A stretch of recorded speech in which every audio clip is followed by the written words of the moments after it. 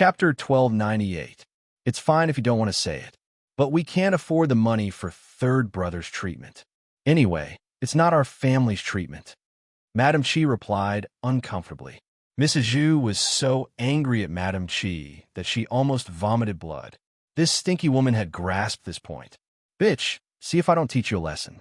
Without Daineyu's protection, where can you go? As Mrs. Zhu spoke, she picked up a stone from the ground and threw it at Madame Chi. Madame Chi quickly jumped away and frowned. She said angrily to Mrs. Zhu, You old hag, you really dare to hit me. Aren't you afraid that you'll smash me to death?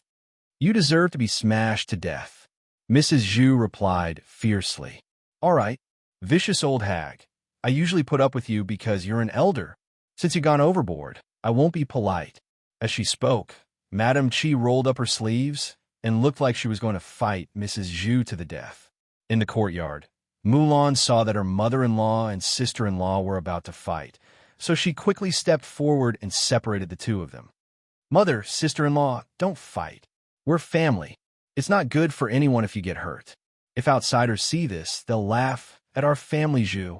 Mrs. Zhu also glared at Mulan and said to Mulan with a look of disdain, That's enough, second daughter-in-law. Don't be hypocritical. I don't usually see you being so filial. Mother. Mulan looked at Mrs. Zhu speechlessly. Why did she have to be scolded for no reason? Was it wrong for him to come and stop the fight? Second sister-in-law, get out of the way. This old hag must be taught a lesson. Now that she's relying on Daineyu's protection, who does she think she is? Madame Chi pushed Mulan and despised Mulan for being a hindrance. Mulan looked at Madame Chi helplessly and then looked at Mrs. Zhu, not knowing what to say. After thinking about it, she decided not to meddle in other people's business. She cared about them in her heart, but she didn't end up well in front of them. Since that was the case, what was the point of her doing this? It was better to not meddle in order to avoid offending them. Mulan then stepped back and let Mrs. Zhu and Madame Chi fight. The two of them fought intensely. Mulan stood at the side and frowned. Seeing the scratches on old Madame Zhu and Chi Shi's faces, she sighed helplessly. She could only let them go. If she wanted to stop them now, her face would be scratched too. For her own safety, she couldn't eat it. It was a pity that Zhu Daineyue and Zhu Eru were not at home. Otherwise, it would be much better for the two men to go forward and stop them. This matter was caused by Zhu Sanlu. So Mulan said to Zhu Sanlu, Third brother, mother and sister-in-law are fighting fiercely. Go and talk to them. Tell them to stop fighting. If the neighbors come over, they'll laugh at our family again. Zhu Sanlu looked at Mulan reluctantly and said to Mulan, Sister-in-law, I don't want to. Didn't you see that old sister-in-law and mother are fighting fiercely? If I go over now, wouldn't it be worse? What if my handsome face is scratched? Can you afford to pay for it? Mulan's mouth twitched a few times, and she looked at Zhu Sanlu speechlessly. A man saying such words was really too shameless. She didn't know how he had the nerve to say it. Chapter 1299. However, Zhu Sanlu didn't go over, and Mulan couldn't urge him, so she could only let Zhu Sanlu do as he wished. Glancing at Zhu Sanlu, Mulan sighed in her heart. She felt that her third younger brother was really too heartless. Mrs. Zhu fought with Madame Chi because of him. Now that she was beaten until her face was covered in bruises, Zhu Sanlu didn't feel any heartache. She had never seen a son who treated his own mother this way. Mrs. Zhu had doted on Zhu Sanlu for so many years for nothing. She had raised an ingrate who had no conscience. However, Mrs. Zhu couldn't see through him. She still doted on Zhu Sanlu like a treasure. By the time Zhao Yun'er walked into the family Zhu's courtyard, Mrs. Zhu and Madame Chi were already fighting fiercely. Zhao Yun'er couldn't help but want to laugh when she saw the two of them. It was a happy sight to see a B*TCH fighting another B*TCH. Zhao Yun'er looked at it with interest, as if she was watching a show. Seeing that Zhao Yun'er had come over, Mulan went forward to greet Zhao Yun. Yun'er, you're here? Zhao Yun nodded and responded, Yeah, I was going to ask you to go up the mountain to pick tea leaves, but I didn't expect to see this scene. Mulan smiled helplessly. Yun'er, we've embarrassed ourselves in front of you. Haha, this has nothing to do with you. The two of them are fighting. You could just watch the show. Actually, you don't have to get involved with people like them. Otherwise, you'll get hurt. Mulan responded, Yeah, I know. Zhao Yun smiled and said, Yeah, it's good that you know. I'm just afraid that you're too stupid. You can't be too kind-hearted. Yun I'll remember what you said. Zhao Yun recalled that Mrs. Zhu had said that she wanted to treat Zhu Sanlu's illness. She asked Mulan curiously, Sister-in-law Mulan, what illness did your third brother get? At the mention of this, Mulan's ears turned red. She pursed her lips and said, What illness? My mother didn't ask for money to treat my third brother's illness. She asked for money so that my third brother's lifeblood could survive. When Zhao Yun heard Mulan's words, she couldn't help but choke. Your third brother's family jewels. They've been trampled on so. How can it be cured? Mulan shook her head. I don't know. I'm not sure. However, I have to say that in a village 20 miles away, there is a godly doctor who specializes in treating strange diseases. My mother asked around for a long time before she found out that this miracle doctor had cured someone's family jewels before. So, my mother wanted to take my third brother to have a try. If he succeeds, my third brother's family jewels will be preserved. In the future, he'll be able to marry a wife like a normal person. This way, our family Zhu won't have a descendant. After Zhao Yun heard this, she couldn't help but sigh in her heart. If Zhu Sanlu's family jewels were really cured, it would be terrible. Zhu Sanlu might harm people again like before. Therefore, it was much safer for Zhu Sanlu to lose his family jewels. If Zhu Sanlu's family jewels were really cured, who knew if he would harm people again? In order to prevent accidents from happening, it was better for Zhu Sanlu to be treated. Fortunately, the family Zhu had no money now. Without money, there would be no money for treatment. Zhu Sanlu's family jewels would not be cured. Zhao Yun felt a wave of sadness in her heart. Chapter 1300. With Zhao Yun's reminder, Mulan remembered that her third brother was a dangerous person and could not be cured easily. I know. Given the current situation, my third brother won't have the money to treat his illness. As Mulan said this, she heaved a sigh of relief in her heart. In the courtyard, Mrs. Zhu and Madame Qi were still fighting fiercely. They only stopped when Zhu Dainiu came back. Zhu Dainiu said unhappily to Mrs. Zhu and Madame Qi, What are you fighting about? What are you fighting about? Fighting and quarreling every day. Isn't it annoying? Zhu Dainiu was in a bad mood and his face was gloomy. Originally, he was working well in the field. Suddenly, someone ran to him and told him that his mother and wife were fighting. At that time, there were many people around. After hearing this, they all looked at him strangely. Zhu Dainiu felt very embarrassed. After all, as a man, he cared a lot about his reputation outside. It was not good to have his mother and wife talked badly about. Now that he was back, Zhu Dainiu vented his anger on Mrs. Zhu and Madame Qi. Madame Qi complained to Zhu Dainiu, Dainiu, you can't blame me for this. It's all my mother's fault. She picked up a stone and threw at me first. I had no choice but to fight back. Mrs. Zhu glared at Madame Qi and said, Bitch, no one is better at lying than you.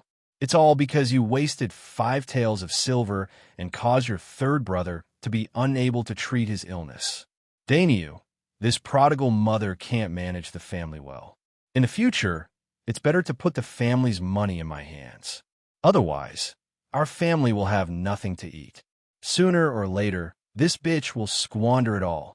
If it weren't for Zhu Dainiu, Madame Qi would have gone forward and scratched Mrs. Zhu's mouth. This damned old woman only knows how to talk. Now, she still wants to manage the family's money like before. She is really wishful thinking. Dainiu, don't listen to your mother. Mother is doing this for your third brother. If you really put the money in her hands, she will probably spend it on your third brother. With your third brother's condition, it's a waste of money to treat him. If you want to cure him, I'm afraid it will be a bottomless pit. Madame Qi did not want to fall behind and whispered in Zhu Dainiu's ear. Old Madame Zhu's saliva directly sprayed on Qi Shi's face. Bullshit. You couldn't spit out ivory just now. You're still Lu Er's sister-in-law. Is there such a sister-in-law? Mother, you're really biased. It would be great if you could take care of our first branch like this. Madame Chi said sarcastically. Zhu Dainiu had a headache because of old Madame Zhu and Madame Chi. Shut up both. Mother Zhu is Dainiu. Do you believe that if you say another word, I'll give each of you a slap? Zhu Dainiu roared. His roar was so loud that Mrs. Zhu and Madame Chi's eardrums could not help but vibrate. The two of them were frightened by Zhu Dainiu and quickly shut their mouths. Zhu Dainiu glanced at Mrs. Zhu and then at Madame Chi. I'm really unlucky to have met people like you. Next time, if you make a fuss, get out. Don't stay in the courtyard. Madame Chi's reaction to Zhu Dainiu's words was not bad. She was already used to it. Mrs. Zhu, on the other hand, was very uncomfortable. Her son disliked her so much and even said such things about her. Anyone would feel very uncomfortable. Chapter 1301. Old Madame Zhu sat on the ground and kicked up her legs. As she cried, she continued to wail. These days are not over at all. My wife is not a kind person. She bullies me all the time. It's better for her to die so that I don't have to suffer up there. Hey, old man, did you hear that? Looking at Mrs. Zhu kicking her legs on the ground, Zhu Dainiu felt his temples ache uncontrollably. Wasn't her mother saying that he wasn't filial when she made such a fuss? If this was heard by others, they might poke him in the back again. He had to stay in the village and couldn't stand other people's gossip. Zhu Dainiu had to walk to Mrs. Zhu and pull Mrs. Zhu, who was on the ground. Mother, what are you doing? You're shouting so loudly. The neighbors will hear it later. Mrs. Zhu replied unhappily. So what if they hear it? I have to show them how hard my life is. Zhu Dainiu's face was dark and unsightly.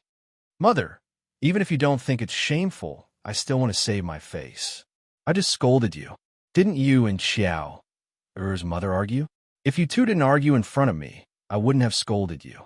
It's tiring enough to work every day. When I come home, I have to see you arguing. If you have so much energy, why don't you go to the field and help me? After Zhu Dainiu finished, Mrs. Zhu closed her mouth. She had made a fuss before. Now that she saw Zhu Dainiu's face changed and he seemed to be angry, she didn't dare to make a fuss again. If she really annoyed Zhu Dainiu, she would end up in a miserable state. Mrs. Zhu said with embarrassment, Oh, Dainiu, I don't want to do this, but your third younger brother's family jewels have to be cured. No matter how poor our family is, we have to cure your third younger brother. Otherwise, I won't be able to face your father when I go back. As old Madame Zhu spoke, her resentful gaze fell on Qishir. If this be asterisk TCH hadn't lost their family's money, they would have been able to pay for Zhu Sanlu's treatment. Mother, I think it's fine to not treat third brother's family jewels. Anyway, he can't do anything good with that kind of thing.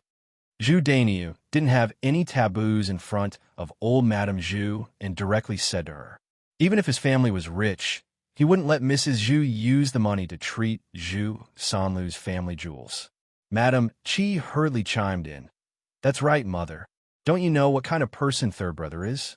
It's a good thing that we don't have it, but if we do, we'll be in danger. Mrs. Zhu was furious. I've never seen such a heartless brother and sister-in-law. Do you want our third branch to die? Mrs. Zhu scolded. She breathed heavily and threatened Zhu Dainiu and Mrs. Chi. If you don't agree to cure your third younger brother today, I'll kill myself in front of you. After I die, I'll curse you. Mrs. Zhu's words were very serious. Zhu Dainiu and Mrs. Chi were scared.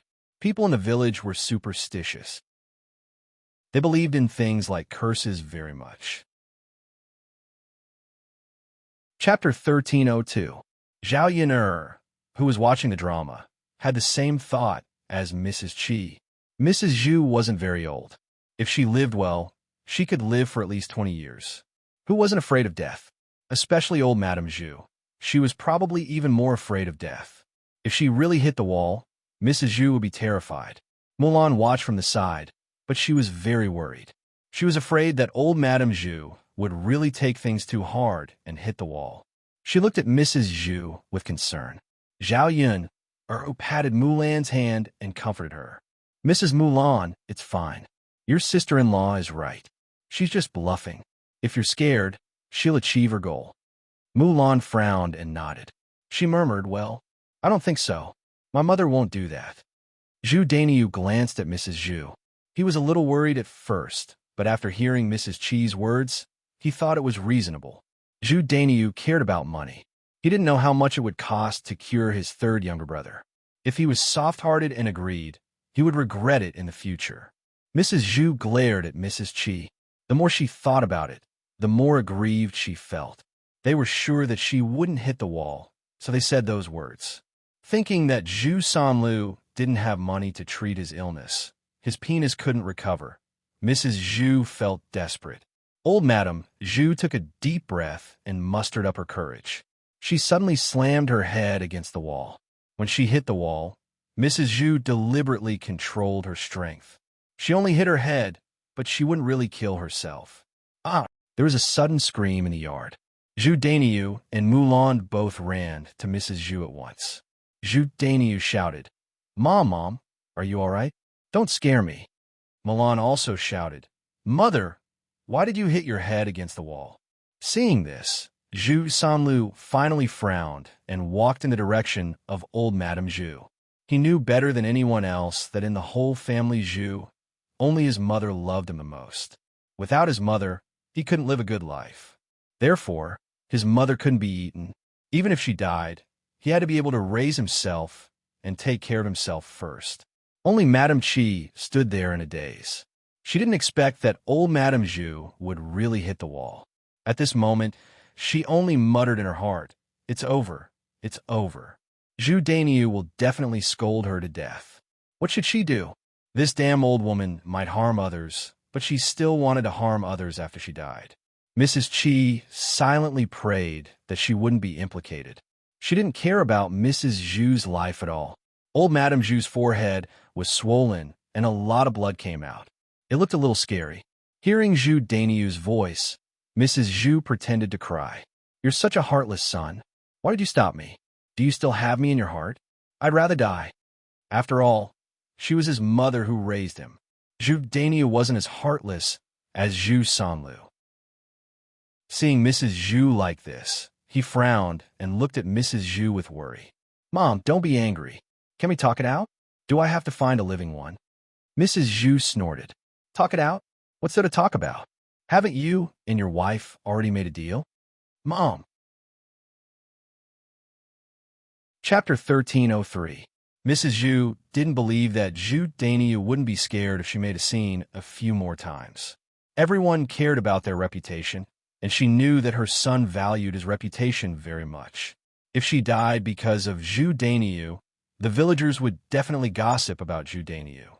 Mom, Zhu Dainiu truly felt somewhat helpless, and he didn't know what to do. If he didn't agree, Mrs. Zhu would probably hit her head against the wall again. Zhu Dainiu couldn't be too harsh, so he could only angrily say to old Madame Zhu, Mother, it's not that we don't want to treat third brother's illness. It's just that my wife has squandered all the money in the family.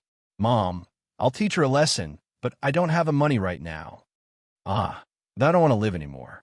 If I can't cure Zhuang, there's no point for me to live anymore. Zhu Dainiu twitched the corners of his mouth. After thinking for a while, he said to his mother, Mom, don't be like this. We need money to cure our third brother's illness. We can't steal money now. Well, why don't you ask our second brother and second sister-in-law for money? Their family is rich enough to build a house. I'm sure they can afford the money for our third brother's treatment. After Zhu Dainiu said that, Mrs. Zhu's sight fell on Mulan. Mulan's heart skipped a beat. What was Zhu Dainiu talking about? What did he mean by her family was rich? Her family wasn't living a good life either. Zhao Yun had borrowed the money to build a house. Now that the breakfast stand in the town was closed, they didn't have a fixed income. Before they found a new way to make money, they had to save money. They couldn't spend it casually. Zhu Dainiu had completely pushed all the blame onto her. It was impossible for Mulan to have any opinions in her heart. Second sister-in-law, mother gave birth to second brother and raised him. As a daughter-in-law, you should be filial to mother. You can't just watch mother die in front of us.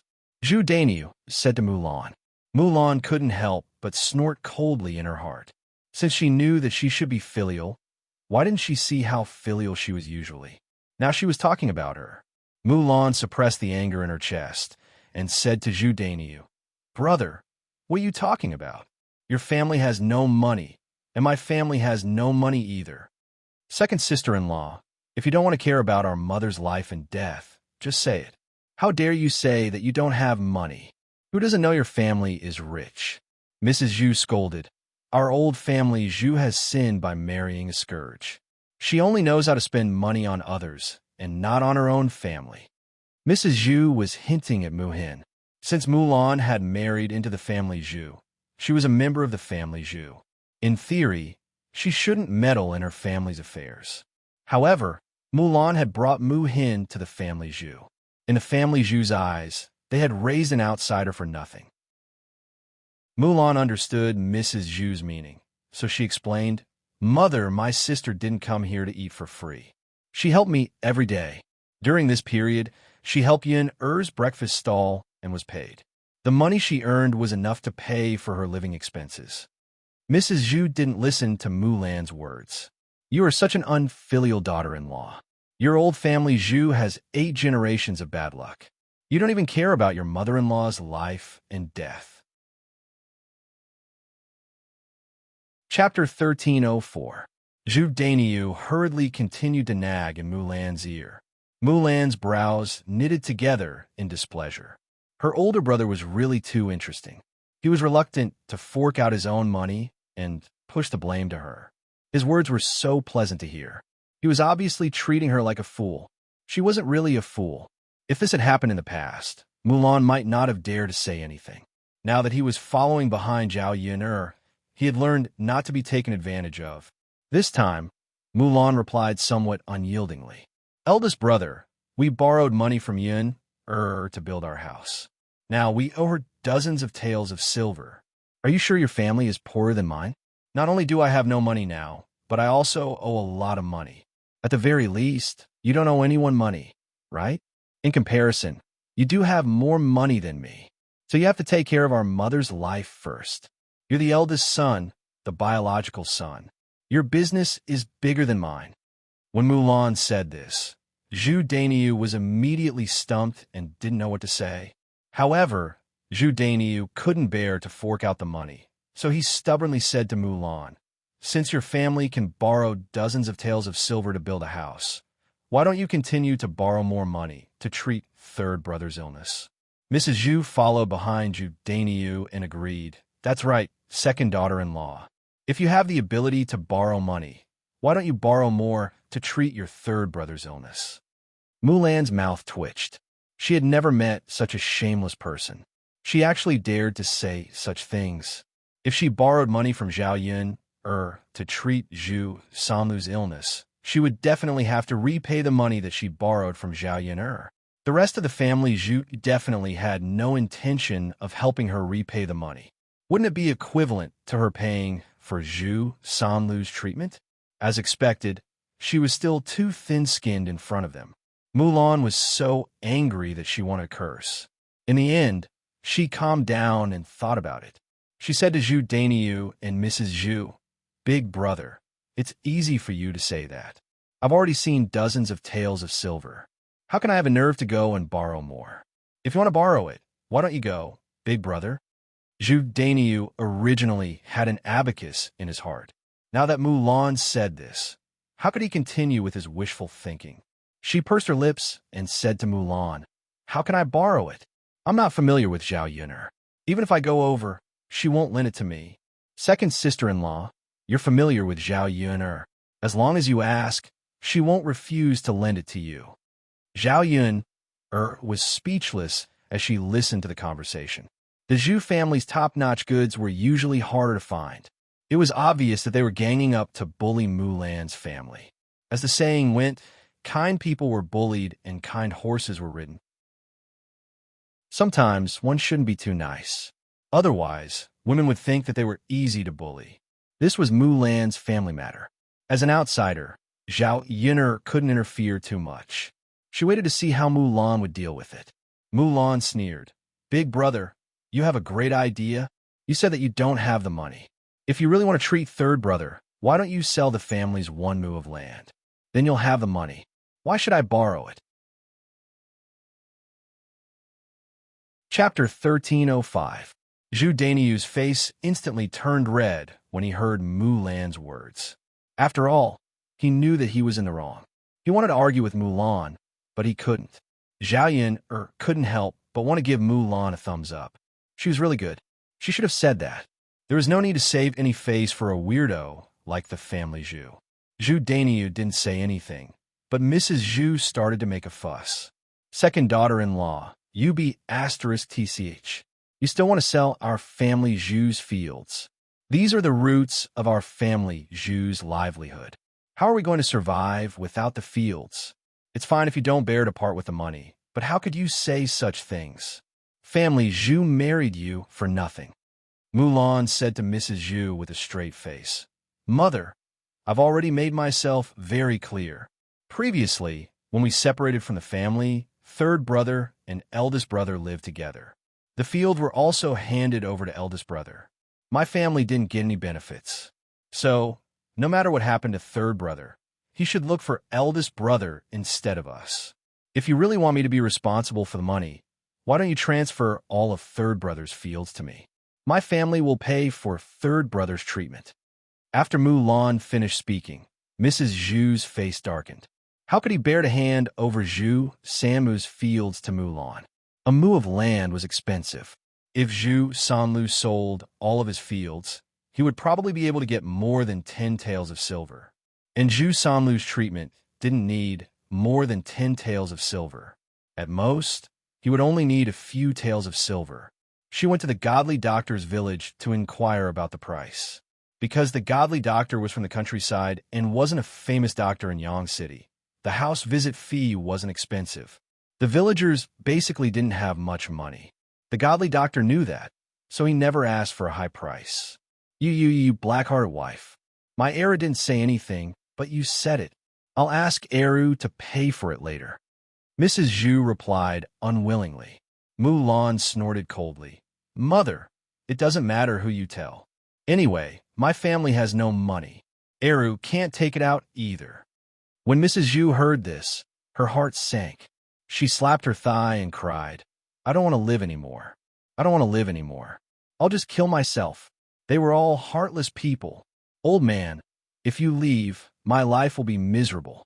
The whole family only knows how to bully me. With that, Mrs. Zhu wanted to bang her head against the wall again. Originally, Mulan still cared about Mrs. Zhu, but now, she didn't want to talk to Mrs. Zhu at all, because as long as they paid attention to Mrs. Zhu, the second branch would be at a disadvantage. Anyway, Zhu Daniu was there. If even her son didn't care about her, how could outsiders cast their eyes on her, their daughter-in-law, to blame? Sometimes, one had to be ruthless, especially in a situation like this where it was obvious that they would be at a disadvantage if they were soft-hearted.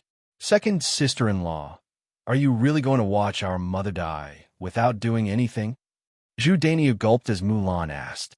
Mulan replied, Big brother, are you going to watch our mother die without doing anything? Why don't you sell a mu of land and raise enough money to treat third brother's illness? That way, we won't have to seek death. Zhu Daniu choked and didn't know how to reply. When did his second sister-in-law become so eloquent? She wasn't like this in the past. Chapter 1306. Zhu Sanlu walked over to Mrs. Zhu impatiently and said to Mrs. Zhu, Mother, why are you crying? Don't make a fuss.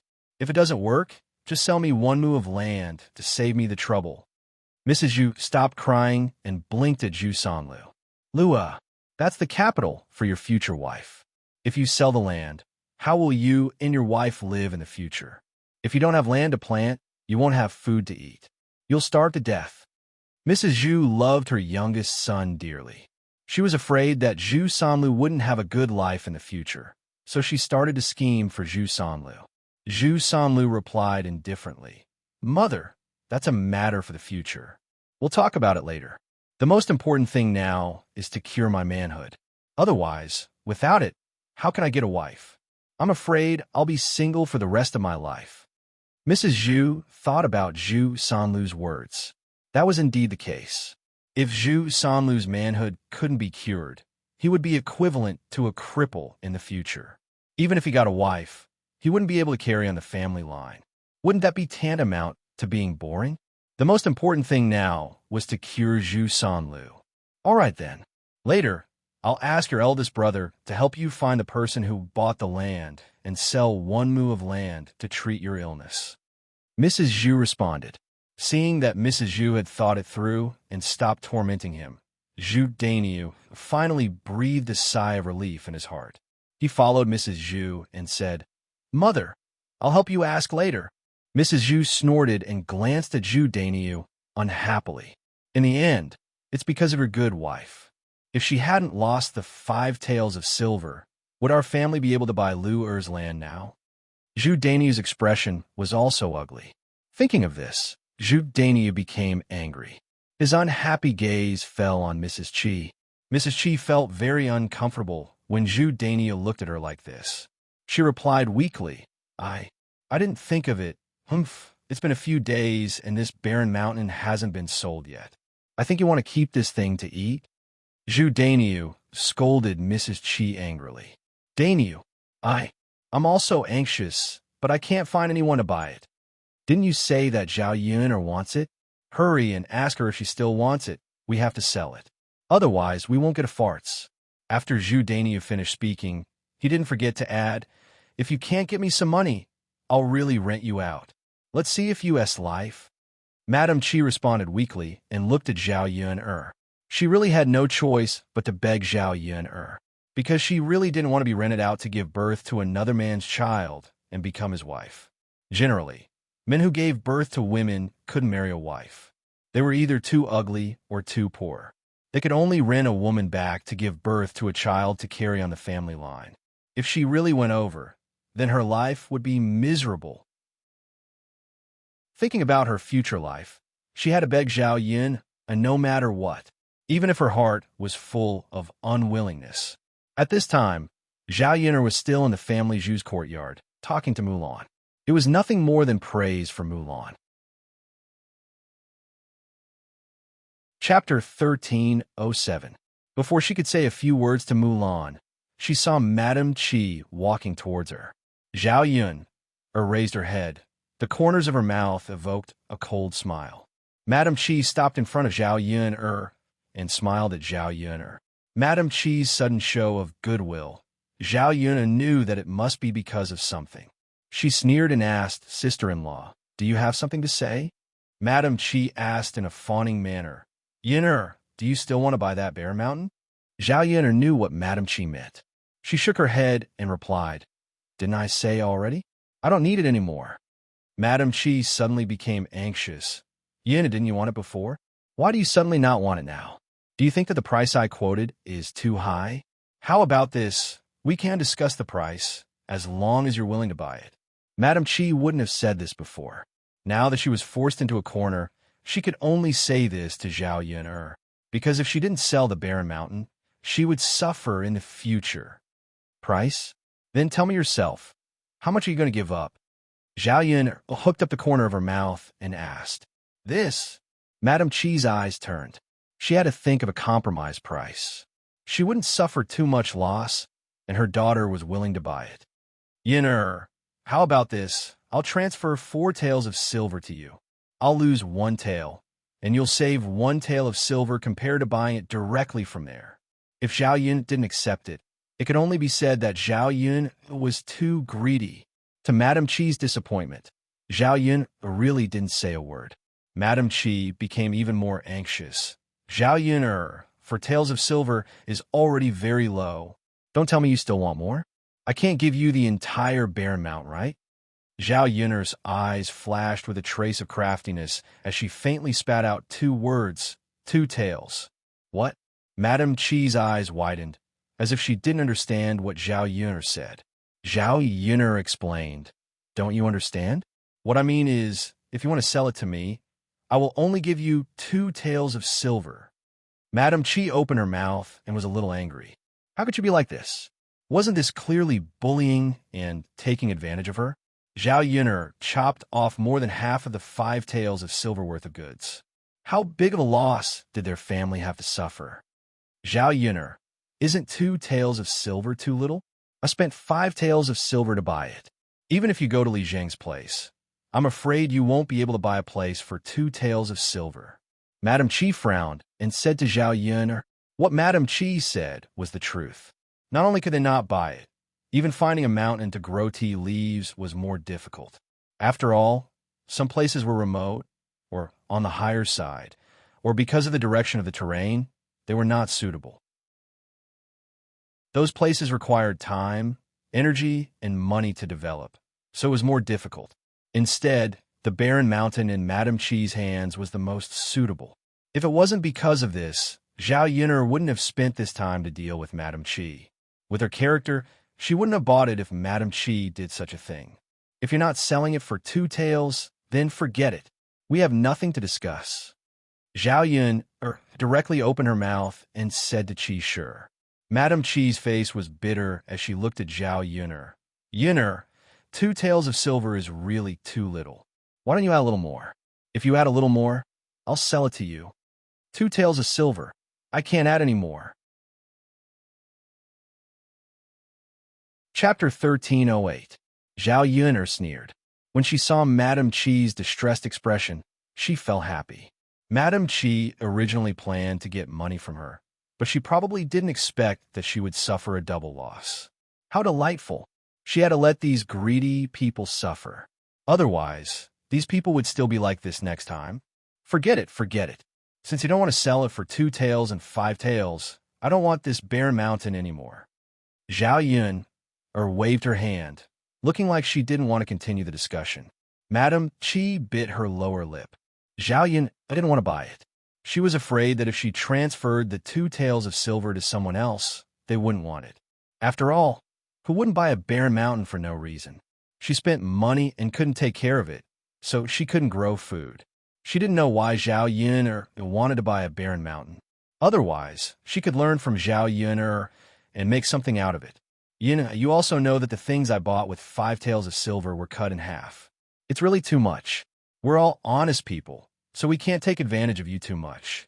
If you really want to buy it, I'll give you 3 taels. Is that okay? Zhao Yun'er's eyes turned. 3 taels was really too little.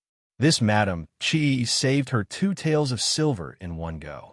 Zhao Yun'er couldn't help but feel a little comfortable. However, she pretended to be in a difficult position. Sister-in-law, actually, I don't have much use for this barren mountain. It's dispensable. 3 taels of silver is a good thing. Yes. Yun'er, you're right. But I did spend 5 taels of silver to buy this barren mountain. You know, the price I paid was enough. You bought it, so you made a profit. All right then, 3 taels it is. This is because I'm giving face to sister-in-law Mulan. Otherwise, no matter how much you beg me, I won't buy it. Madame Qi smiled embarrassedly. Obviously, her heart was bleeding and she wanted to curse. But in front of Zhao Yun'er, she still had to smile and follow behind Zhao Yun'er to agree. Yes. Yun'er, I'll remember it. Later, give me 3 taels of silver and I will let you have the title deed. You just have to let Lord Li Zheng handle the procedures. Zhao Yun'er responded faintly. Thinking that Madame Qi had lost 2 taels of silver at once, Zhao Yun'er felt very happy. It wasn't easy for them to sell the barren mountain. Although they had lost a lot of money, Madame Qi finally felt relieved. After Zhao Yun'er finished talking, Madame Qi turned to Zhu Dainiu and explained to Zhu Dainiu. Zhu Dainiu still scolded Madame Qi. It's all because of you, stinky woman. You made me lose 2 taels of silver at once. Later, if you don't earn back those 2 taels of silver for me, you'll get it. Madame Qi curled her lips in grievance and said to Zhu Dainiu, Dainiu, how can I have the ability to earn money? The child is still young. I have to take care of the child, cook, and do housework. I can't find the time. Zhu Dainiu snorted coldly. Why can't you do it? Could it be that second sister-in-law has to do less work and take care of less children than you? How come she can earn money, but you can't? Speaking of this, Zhu Dainiu felt very uncomfortable in his heart. He was somewhat envious of his second brother, Zhu Eru. Chapter 1309. Now his second brother's family could live in a big house, but he still had to stay in a small, thatched hut. When the villagers talked about the two brothers, they would definitely say that his second brother was more capable than him. How could he be balanced in his heart? Madame Chi curled her lips in grievance and said, Xiao Er's father, second sister-in-law, is second sister-in-law. I'm not as capable as second sister-in-law. Aren't most women in the village the same? How can I make money? Madame Chi's words only sounded like an excuse to Zhu Dainiu. After a cold snort, he continued to scold Madame Chi. Okay, don't give me so many excuses. If second sister-in-law can make money, you have to make money too. Madame Chi was very embarrassed and said to Zhu Dainiu, it's not as simple as you say. Second sister-in-law can make money because she followed Zhao Yun. Zhao Yun has the capital to do business, but I don't have any capital. Where can I make money? Zhu Dainiu glared at Madame Chi, thinking that this woman had so many excuses. It was fine that she didn't have the ability, but she made so many excuses in front of him. Second sister-in-law, you also made a lot of money without following Zhao Yun. In the end, it's all because you don't have the ability. Zhu Dainiu snorted softly, thought for a while, and said, didn't second sister-in-law make that wicker basket and sell it to make money before? You should follow second sister-in-law and learn from her. Make some wicker baskets and sell them. Madame Chi continued to think of a way to refute Zhu Dainiu's words. Xiao Er's father, you can't say that. I don't know how to weave. Second sister-in-law may not teach me how to weave. I'll talk to second sister-in-law. If second sister-in-law agrees, you have to learn from her. Madame Chi responded weakly and didn't dare to object. Zhu Dainiu walked up to Mulan and looked at Mulan ingratiatingly. Second sister-in-law, can you teach your weaving skills to your sister-in-law? Mulan was a little angry about what happened just now, so she didn't want to talk to Zhu Dainiu. However, Zhu Dainiu was thick-skinned and did not want to leave. Mulan continued, second sister-in-law, don't be angry. Just teach your sister-in-law. Look at us, the people of the first branch don't have it easy. It was still okay before, but your sister-in-law lost so much money all of a sudden. If she doesn't earn some money, she probably won't be able to live on. They're old and young at home. After listening to Zhu Dainiu's complaints, Mulan's heart softened. She thought that teaching Madame Chi how to weave a wicker basket was nothing. If she taught Madame Chi how to weave a wicker basket, Madame Chi would have something to do every day. It would save Madame Chi the trouble of coming over and looking for trouble. Mulan said to Zhu Dainiu, Big brother, I can teach her, but I have to make it clear that weaving a wicker basket is not that easy. It's easy to hurt your hands. It's hard to make money by doing this. It was Madame Chi's hard work. It had nothing to do with Zhu Dainiu, so Zhu Dainiu said indifferently, It's okay. What kind of money is easy to make? That's fine, Mulan responded. Zhu Dainiu walked up to Madame Chi and greeted her. Second sister-in-law has agreed. You go back and learn. Be honest and diligent, or you'll be in trouble. Madame Chi pursed her lips. I know, Xiao Er's father. I will learn well. Chapter 1310. Seeing Zhu Dainiu's attitude towards Madame Chi, Zhao Yun could not help but sigh. A pitiful person must have a hateful side. Madame Chi was like this. People were hateful and hateful, but at the same time, they had a pitiful side. For example, Madame Chi was so miserable because of Zhu Dainiu. Zhu Dainiu did not seem to care at all. Since she was his wife, shouldn't he dote on her? Why did he treat Madame Chi like this? However, this was other people's business. Zhao Yun could not care so much. She just needed to deal with her own business. After leaving Mulan's house, they went to the mountain together to pick tea leaves. When they came back from picking tea leaves, a middle-aged man came to Zhao Yun's house. It turned out that the deputy county magistrate sent him to inform Zhao Yun. Many people in Yang City liked Zhao Yun's tea leaves very much. So many people wanted to order a batch. The deputy district magistrate thoughtfully gave a list of the people who needed tea and how much tea they needed. He asked someone to give it to Zhao Yun. This way, It would be very convenient for Zhao Yun to calculate. She could clearly know how many caddies of tea she needed. After the person who sent the message left, Zhao Yun opened the letter and calculated. The amount of tea leaves needed was too large. She had to prepare a total of 70 to 80 kilograms of tea leaves. At present, she only had 30 kilograms at most.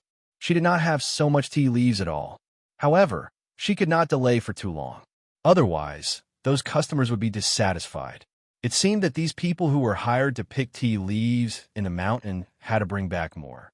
Otherwise, in the current situation, the supply would not meet the demand. Zhao Yun thought about it. There were not many people in the village who could be trusted. It was not easy to find a few reliable people. If she randomly found a few people, she was afraid that she would be targeted. Zhao Yun frowned and thought about how to solve this problem. While Zhao Yun was thinking, Mu Lianfeng came back from the mountain. Zhao Yun smiled. "Why are you back so early today? His Majesty is preparing to go back tomorrow. There's nothing else to do now." Zhao Yun heaved a sigh of relief and replied, It's good that he's fine. You're always a little uncomfortable with him here." Zhao Yun suddenly thought of what the emperor had said to a dark-skinned man on the mountain that day. She had forgotten to tell Mu Lianfeng. She hurriedly told Mu Lianfeng, "There's something I forgot to tell you." Zhao Yun repeated what the emperor had said to the black man that day. When Mu Lianfeng heard this, he frowned. After thinking for a while, he understood. So that's how it is. In the end, he was still suspicious of me. Mu Lianfeng's tone was a little disappointed. He was diligent and loyal to the emperor. Could it be that the emperor was suspicious of him because of a few words from others? Or it could be said that the emperor did not trust anyone. As an emperor, he was too suspicious. This was not a good thing. Zhao Yun comforted him. "You don't have any ulterior motives. I believe that he can see through it. It's fine." Mu Lianfeng nodded. Even if there was a problem, there was nothing he could do. He could only prove his innocence through his own actions. As long as the emperor did not make things difficult for him and Zhao Yun on the marriage. Zhao Yun and Mu Lianfeng went to rest early. Chapter 13:11. The food and vegetables that were previously prepared at home were almost finished. She had to cook some fresh things for Daodu and Mu Lianfeng. Zhao Yun felt that her Xiao Mao was very excited on the way to town. For a while, Zhao Yun didn't bring Xiao Mao out for a stroll. Xiao Mao probably felt that it wasn't of any use, so it couldn't hold back when it was at home. Seeing that Xiao Mao was running like a gust of wind, Zhao Yun couldn't help but exhort Xiao Mao, slow down. Don't be anxious. We're not in a hurry to go to town. There's plenty of time. However, Xiao Mao didn't seem to understand Zhao Yun's words and continued to run forward with all its might. Zhao Yun felt a little helpless and could only let Xiao Mao run. She reckoned that Xiao Mao was like this because it hadn't been strolling for a long time. Soon, she saw Xiao Mao catch up with the carriage in front of them. When the carriage driver saw that Zhao Yun's donkey carriage was running faster than him, there was a trace of shock in his eyes. How was this possible? Could it be that his eyes were playing tricks on him? The carriage driver rubbed his eyes. He didn't see it wrongly. It was a donkey. The carriage driver couldn't help but scream. A donkey spirit. It was definitely a donkey spirit. Otherwise, how could a little donkey run faster than a horse? After hearing the carriage driver scream, Zhao Yun turned around, wondering what was going on. The emperor, who was in the carriage, also stuck his head out. The emperor asked in a somewhat cold voice, "What happened?" The carriage driver hurriedly restrained the shock in his eyes and appeared to be a little calmer. He pointed at Zhao Yun's little donkey and said to the emperor, I saw a spirit. Young master, quickly hide in the carriage and don't come out." The emperor's brows immediately wrinkled. He looked in the direction the carriage driver pointed and actually saw Zhao Yun. Zhao Yun also saw the emperor. What a coincidence. They actually bumped into each other on the way. The emperor reprimanded the coachman. "Demon, tell me, who is the demon? That woman was fine, so why did she suddenly say that?" The coachman hurriedly explained, "Young master, you've misunderstood. I'm not talking about that woman. I'm talking about that donkey. Look, where can you see a donkey that runs faster than a horse? Whoosh, whoosh, whoosh. It was like a gust of wind when it ran. If it wasn't a spirit, then what was it? In my opinion, he is a donkey demon. That woman raised a donkey spirit. I don't think she's a simple character.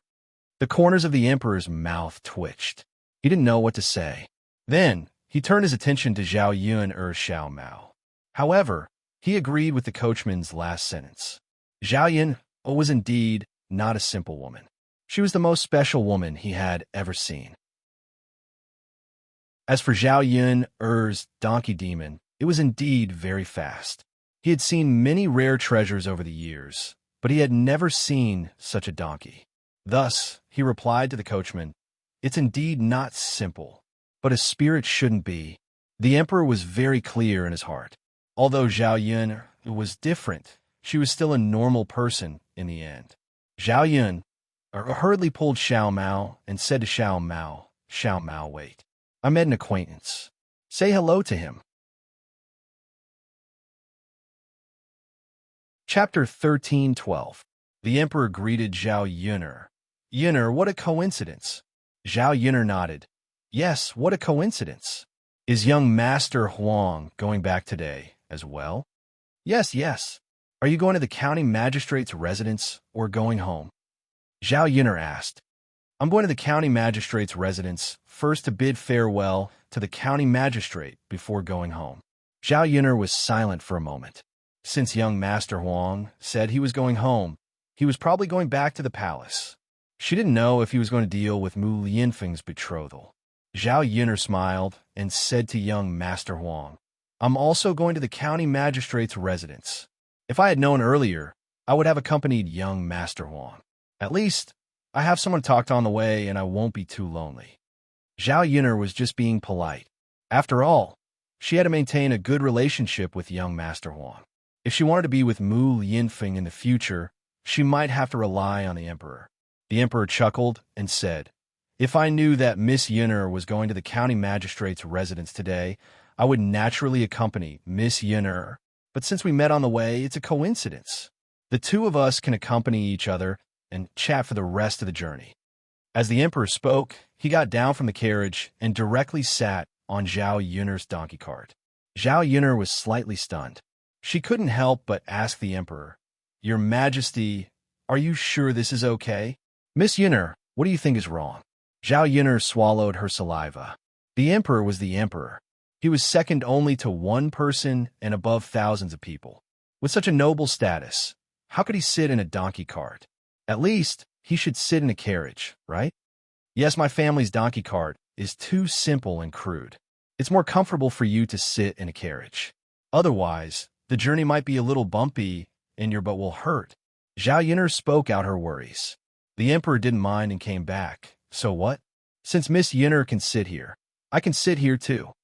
Zhao Yun'er replied helplessly. All right. Since she wanted to sit, he didn't think much of it, so he couldn't stop her.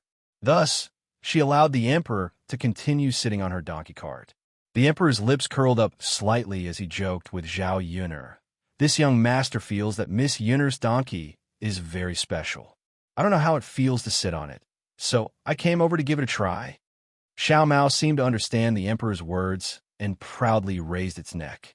If he was a human, he would definitely tell the emperor that it was a given. At least he had good taste.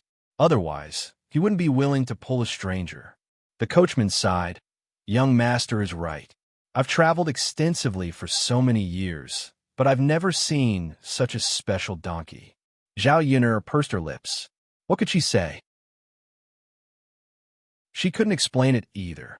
Her family Xiao Mao was so amazing that she didn't even understand it herself. She laughed embarrassedly. "Yes, my family's donkey is indeed a little special, but it's nothing much. There are many strange things in this world." The emperor thought about it and felt that it was true. There were many things that people had never seen before. The world was so big that there were all kinds of strange things. He was a knowledgeable person, so he wasn't too shocked by Zhao Yun'er's donkey. Zhao Yun'er called out to the emperor, "Young Master Huang, sit tight. We have to set off." "Okay." Chapter 13:13. Zhao Yun'er was afraid that the donkey cart would be too bumpy, so she warned Xiao Mao, don't be anxious. Let's take it slow. However, Xiao Mao acted as if it didn't understand Zhao Yun'er's words. It continued to run with all its might, but it wanted to show off its uniqueness in front of the emperor. If Zhao Yun'er knew what Xiao Mao was thinking, she would probably be angered half to death by Xiao Mao. Zhao Yun'er's donkey cart didn't have a soft mattress, so her buttocks had to sit on the hard cart. After a bumpy day, it hurt a lot. Zhao Yun'er herself couldn't stand it, let alone the emperor, who lived like a prince. Presumably, he hadn't been treated like this for so many years. She looked at the emperor with some embarrassment and said, "Young Master Huang, I don't know if you're feeling too uncomfortable. Why don't you get down first and wait for your carriage behind?" The emperor frowned slightly. His buttocks were indeed feeling uncomfortable, but if he got down, wouldn't he lose face? Zhao Yun'er, a woman, could endure such a bumpy ride. As a man, he couldn't be too delicate.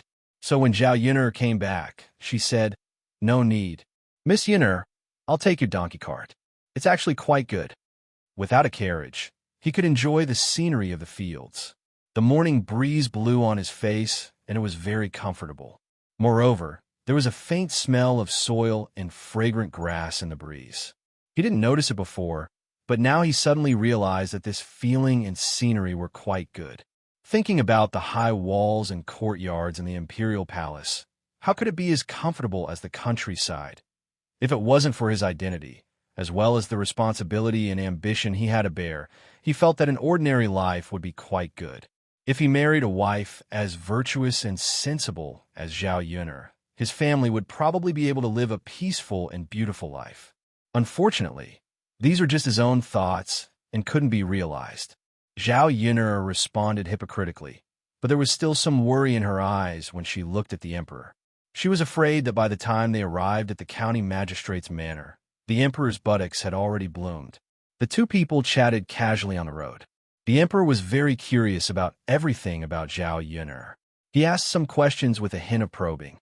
The more he knew about Zhao Yun'er, the more he felt that this woman was not simple. She was not like a normal countrywoman at all. If she hadn't inquired about Zhao Yun'er in the village, it was inevitable that she would have some doubts about her identity. After a long journey, they finally arrived at the county magistrate's residence. The emperor prepared to get down from Zhao Yun'er's donkey cart, but sadly found that his seemed to be unable to move. If he moved, it would hurt terribly. "Young Master Huang, what's wrong?" Zhao Yun'er asked worriedly. The emperor looked at Zhao Yun'er awkwardly. What could he say? He couldn't possibly tell Zhao Yun'er that his butt hurt, right? He couldn't help but blush. In all these years, he had never done something so embarrassing and shameful. If this spread out and was known by others, where would he put his face? Zhao Yun'er saw that there was something wrong with the emperor's expression, so she almost guessed what was going on. "Young Master Huang, do you want me to help you? Or you can sit down and rest for a while?" I'll rest for a while."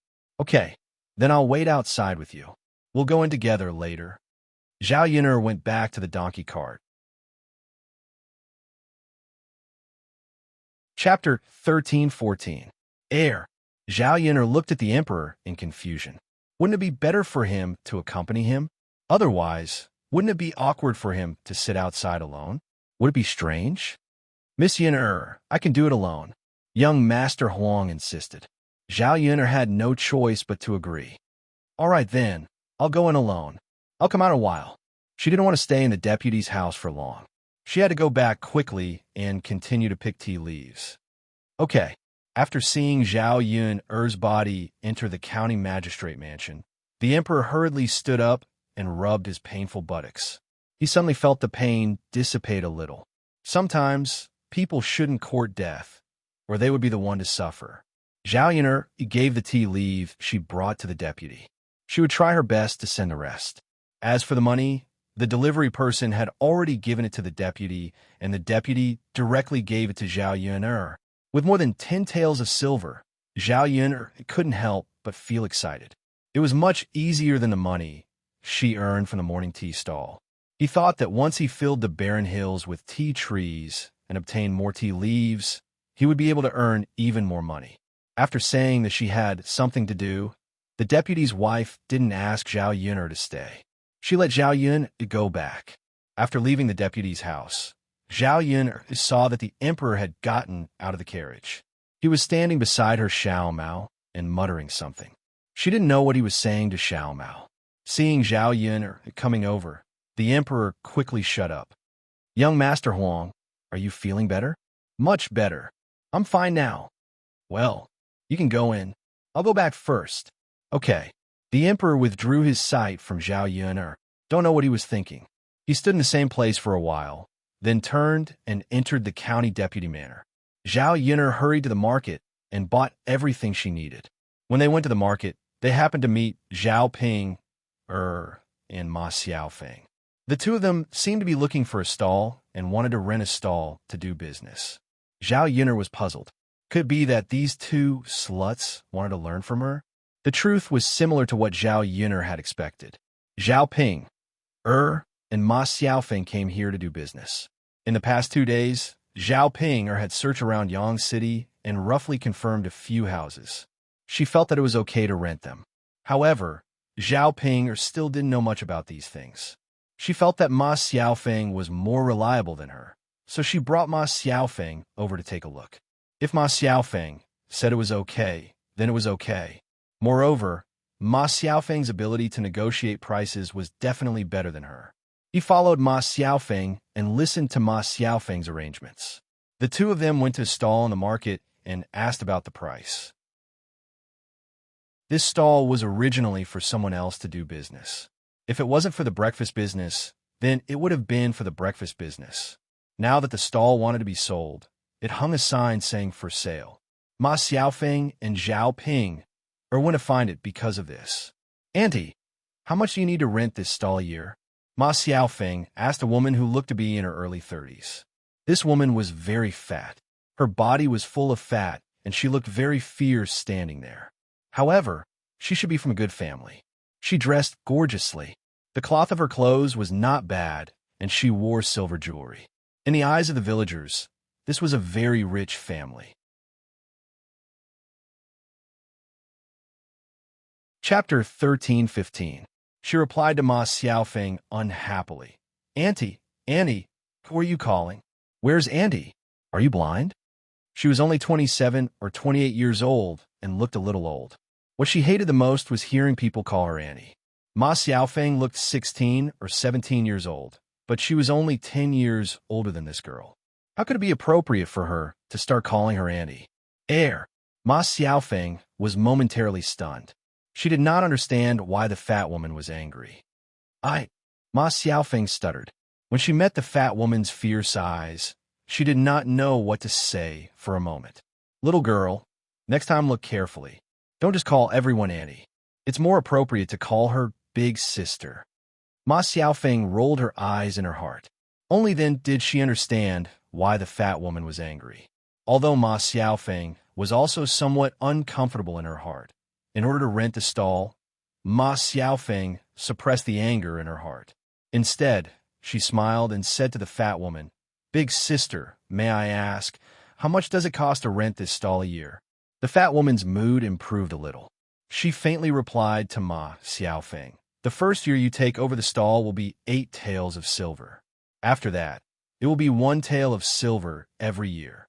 "Why? Do you want to rent it?"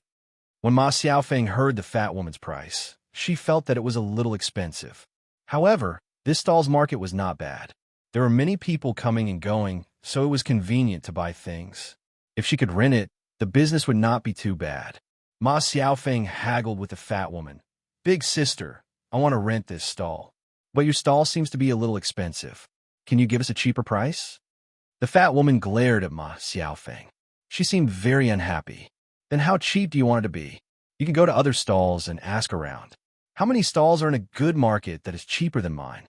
Ma Xiaofeng twitched the corner of her mouth and replied with a smile, "Big sister, it's our first time doing business. It's not easy. Why don't you give us a friendship price and make it cheaper?" Ma Xiaofeng's tone was completely negotiating. The fat woman replied in a bad mood, "If you don't want to rent it, then don't rent it. Hurry and get lost. How can you do business if you don't have money? Air. Ma Xiaofeng was stunned. She did not expect the fat woman to have such a bad temper. When Zhao Pinger heard this, she wasn't happy. She started arguing with the fat woman. How can there be people like you? Business talk, business, business talk, business talk. Why are you scolding people? The fat woman put her hands on her waist and started to argue with Zhao Pinger. Who is scolding? Did I say I wrong? You want to rent a stall when you don't have the money? I've already lowered the price to the lowest. You're shameless enough to want to lower the price. Zhao Pinger stared at the fat woman angrily. This woman was too arrogant. How can there be people like you? Aren't we negotiating the price in a friendly manner? I'm not forcing you to lower the price. You could just not rent it. Why are you scolding people? Hee hee. The fat woman sneered. I'm scolding people. So what? You're standing in front of my stall. I can scold you. You, Zhao Pinger wanted to rush up and slap the fat woman. However, the fat woman was tall and burly. Even to Zhao Pinger could not beat her. If they really fought, she would be at a disadvantage. Forget it, big sister Pinger. Let's go to other stalls and ask. Ma Xiaofeng pulled Zhao Pinger. Chapter 13:16. She nodded and said, Okay, Xiaofeng, let's rent from other stalls.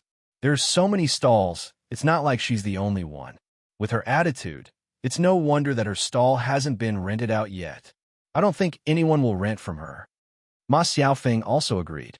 Although the price of this fat woman's stall was suitable, she wasn't a good person. Who knew if other things would happen after her stall was rented? This kind of person was rare, so it was better to deal with them. The two of them then went to the other stalls to ask for more information. Basically, the prices they offered were higher than the fat woman's stall, and some of them were not very good. After running for a while, the two of them were a little tired and took a deep breath. Zhao Pinger and Ma Xiaofeng sighed and said, Xiaofeng, it seems that doing business isn't easy. Of course, what's easy to do? Look at the men in our village. They work so hard in the fields, but they only earn so much money in a year. It's not as good as us who do business. We can earn more. Xiaofeng, you're right. As long as we can earn money, it's worth it to work hard. Yes, yes. Sister Pinger, let's go to a few more stalls. If there's no better one, let's go and book that old woman's stall. Okay. The two of them continued to run around and settled on a stall. The rent for this stall was 5 taels of silver for the first year and 5 taels of silver for the next year. It was considered relatively low. Moreover, the market price wasn't too bad. It was above average. Zhao Pinger and Ma Xiaofeng were quite satisfied.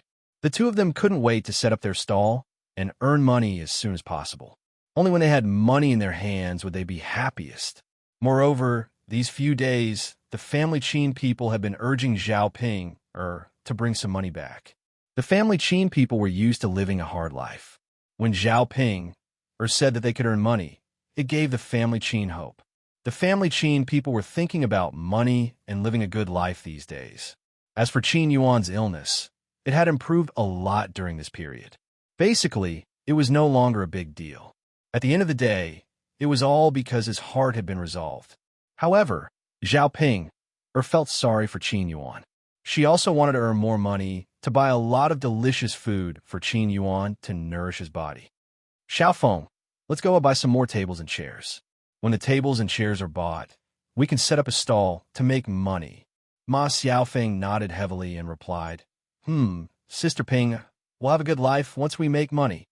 Ma Xiaofeng now thought it through. If she couldn't be with Zhao Tianan, she could earn money and live a good life. She didn't have to rely on men. The more they talked, the more excited they became as they walked down the street. After Zhao Yin figured out what the two of them were doing, her eyes couldn't help but flash a trace of sharpness. These two B** cheese are really interesting. Zhao Ping actually wanted to imitate her and sell breakfast. She was said to be stupid, but sometimes she was very smart. She actually knew how to imitate her. Zhao Yin didn't want the B** tch to use her to make money, and her heart felt uncomfortable. However, she couldn't stop them from setting up a stall. She couldn't possibly smash the stall, right? Feeling a little uncomfortable, she went back. When she arrived at the village, It was only 10 o'clock in the morning. It wasn't very late. Zhao Yun'er went to old Zhao's house and sent the ingredients she bought over. She was going to cook something delicious for lunch. There wasn't much meat in their meals these days because they didn't buy meat on the streets. They just made do casually. Chapter 13:17. When Zhao Yun arrived at old Zhao's house, she saw a carriage parked in the courtyard of old Zhao's house. She thought that some important person had come, but she did not expect that it was Zhao Xinhui who had come back to visit her parents. Under normal circumstances in the countryside, a daughter would visit her parents on the second or third day.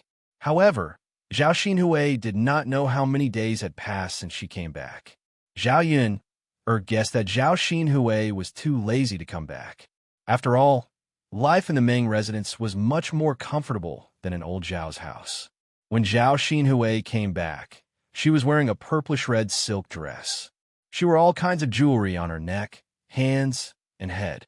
She looked like a nouveau riche. When Zhao Yun saw Zhao Xinhui's dressing, she could not help but want to complain.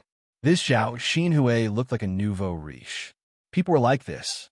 The more ordinary they were, the more they wanted to show off. Those real madams and misses did not need to dress like Zhao Xinhui. When Zhao Xinhui came back, she brought a lot of good things. Old Zhao's first branch and second branch could not help but go forward to curry favor with Zhao Xinhui, as if they wanted to get some benefit from her. Hui'er, you're finally back. Mother missed you so much. Hu Chunhua held Zhao Xinhui's hand and could not help but mutter. What are you thinking about, Mother? I've only been away for a few days. Zhao Xinhui replied indifferently. Hu Chunhua nagged. Hui'er, you're a piece of flesh that fell off from Mother. Mother missed you so much even if you were away for a few days. All right, Mother, let's not talk about this anymore. There's no use in missing me. Hui'er, how are you doing after marrying young Master Meng? Hu Chunhua asked with concern. She was most worried about this matter. After all, as a mother, she missed her daughter dearly. She was afraid that her daughter would be wronged after getting married. Good, of course it's good. Mother, my husband's family is rich. He eats and drinks good food every day, wears beautiful clothes, and has beautiful jewelry. Mother, look at my appearance. How can ordinary people have it? If I knew that I could have such a good life after getting married, I would have wanted to get married earlier. Zhao Xinhui was not afraid of losing face and said directly. Hu Chunhua nodded in satisfaction. It's good that you're living well. Indeed, if you were to marry a country bumpkin, how could you have a good life? In the end, it's my Hui'er's good fortune. He has received the blessings of the heavens. Of course, I've always been a lucky person. Zhao Xinhui replied with a proud smile. By the way, young Master Meng, don't you have other wives and concubines at home? How does your wife treat you? After all, the older ones could not tolerate the younger ones. After Zhao Xinhui married into the family, who knew if the wife of the Meng family would make things difficult for Zhao Xinhui? Speaking of this, Zhao Xinhui snorted and said, How could that old woman make things difficult for me? It's good enough that I didn't marry him. Mother, don't worry. My husband dotes on me now. He doesn't even care about those old women. He's probably tired of playing with them. Perhaps after some time, my husband will divorce them and let me become the official wife. Hu Chunhua was immediately happy when she heard this. A wife and a concubine were very different. A wife of a rich family would be respected. The villagers did not say it openly, but secretly they were talking about Zhao Xinhui as a concubine. Hu Chunhua directly thought that these people were jealous of her family and did not take it to heart. Chapter 13:18. Hu Chunhua nodded and said with a smile, Good. Hui'er, you have to work hard and become the official wife. When the time comes, there will be many people who will be envious of our family. They will envy you. Mother, don't worry. I'm so young and beautiful. How can I lose to a few old women? They are chickens that can't lay eggs. Will I give birth to a son for my husband? I will naturally become the official wife. Hu Chunhua became more and more excited. She held Zhao Xinhui's hand and said, Hui'er, then your belly must work hard. You are still young. so it will definitely be easier for you to get pregnant than them.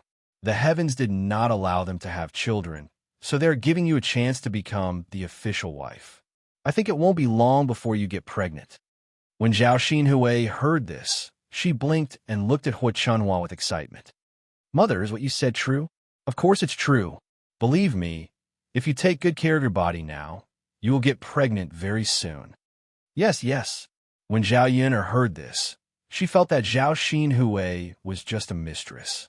She had an ugly face. If Zhao Xinhui really became the official wife one day, her worldview would probably be refreshed again. "Ah, isn't little sister back?" Li Chuiying was holding a wooden basin in her hand. She must have come back from washing clothes outside. When she saw Zhao Xinhui, her eyes immediately lit up. When she saw Zhao Xinhui dressed in jewelry, she could not help but sigh and envy in her heart. She quickly flattered, "Tisk, TSK, TSK. Who would recognize you if you didn't know? Little sister feels like she has changed into a different person.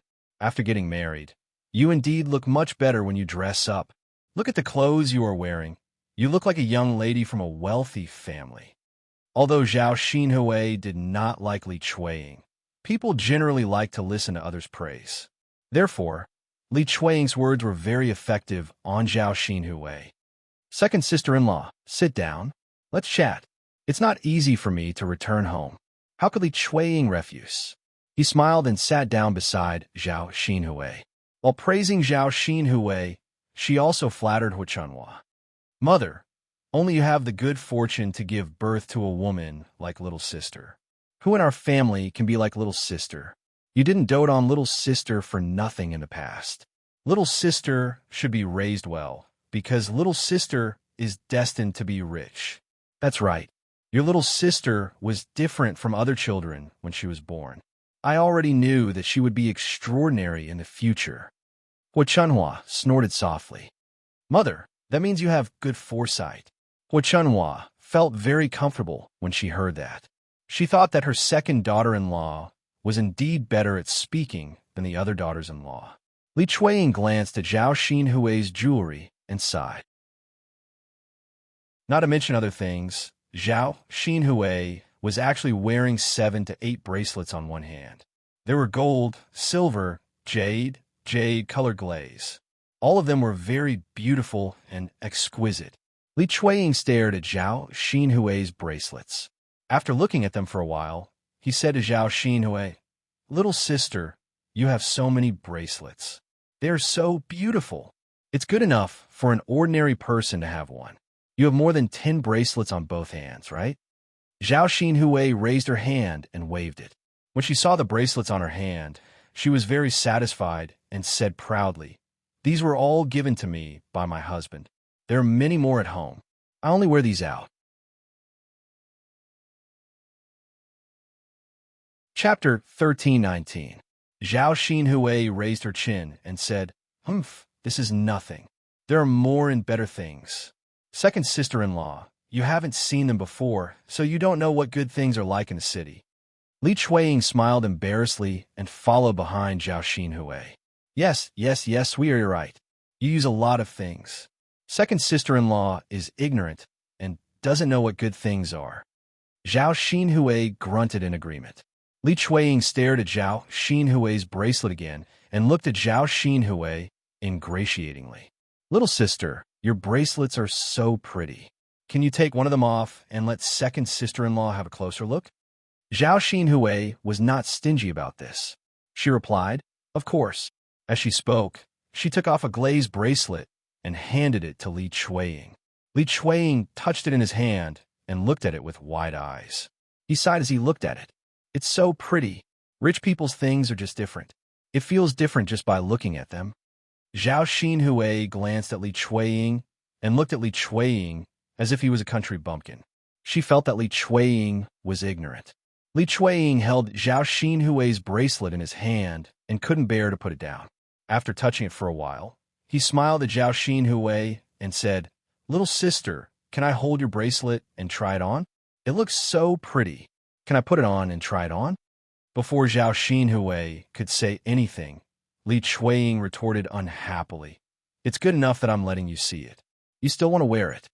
After being scolded by Hua Chunhua, Li Chuiying pursed his lips and was about to return the bracelet to Zhao Xinhui. However, he unexpectedly said to Zhao Xinhui, second sister-in-law, "Since you like it so much, I'll give it to you. It should look good on you." Zhao Xinhui was willing to give it away because she had too many things. It was nothing to give one away.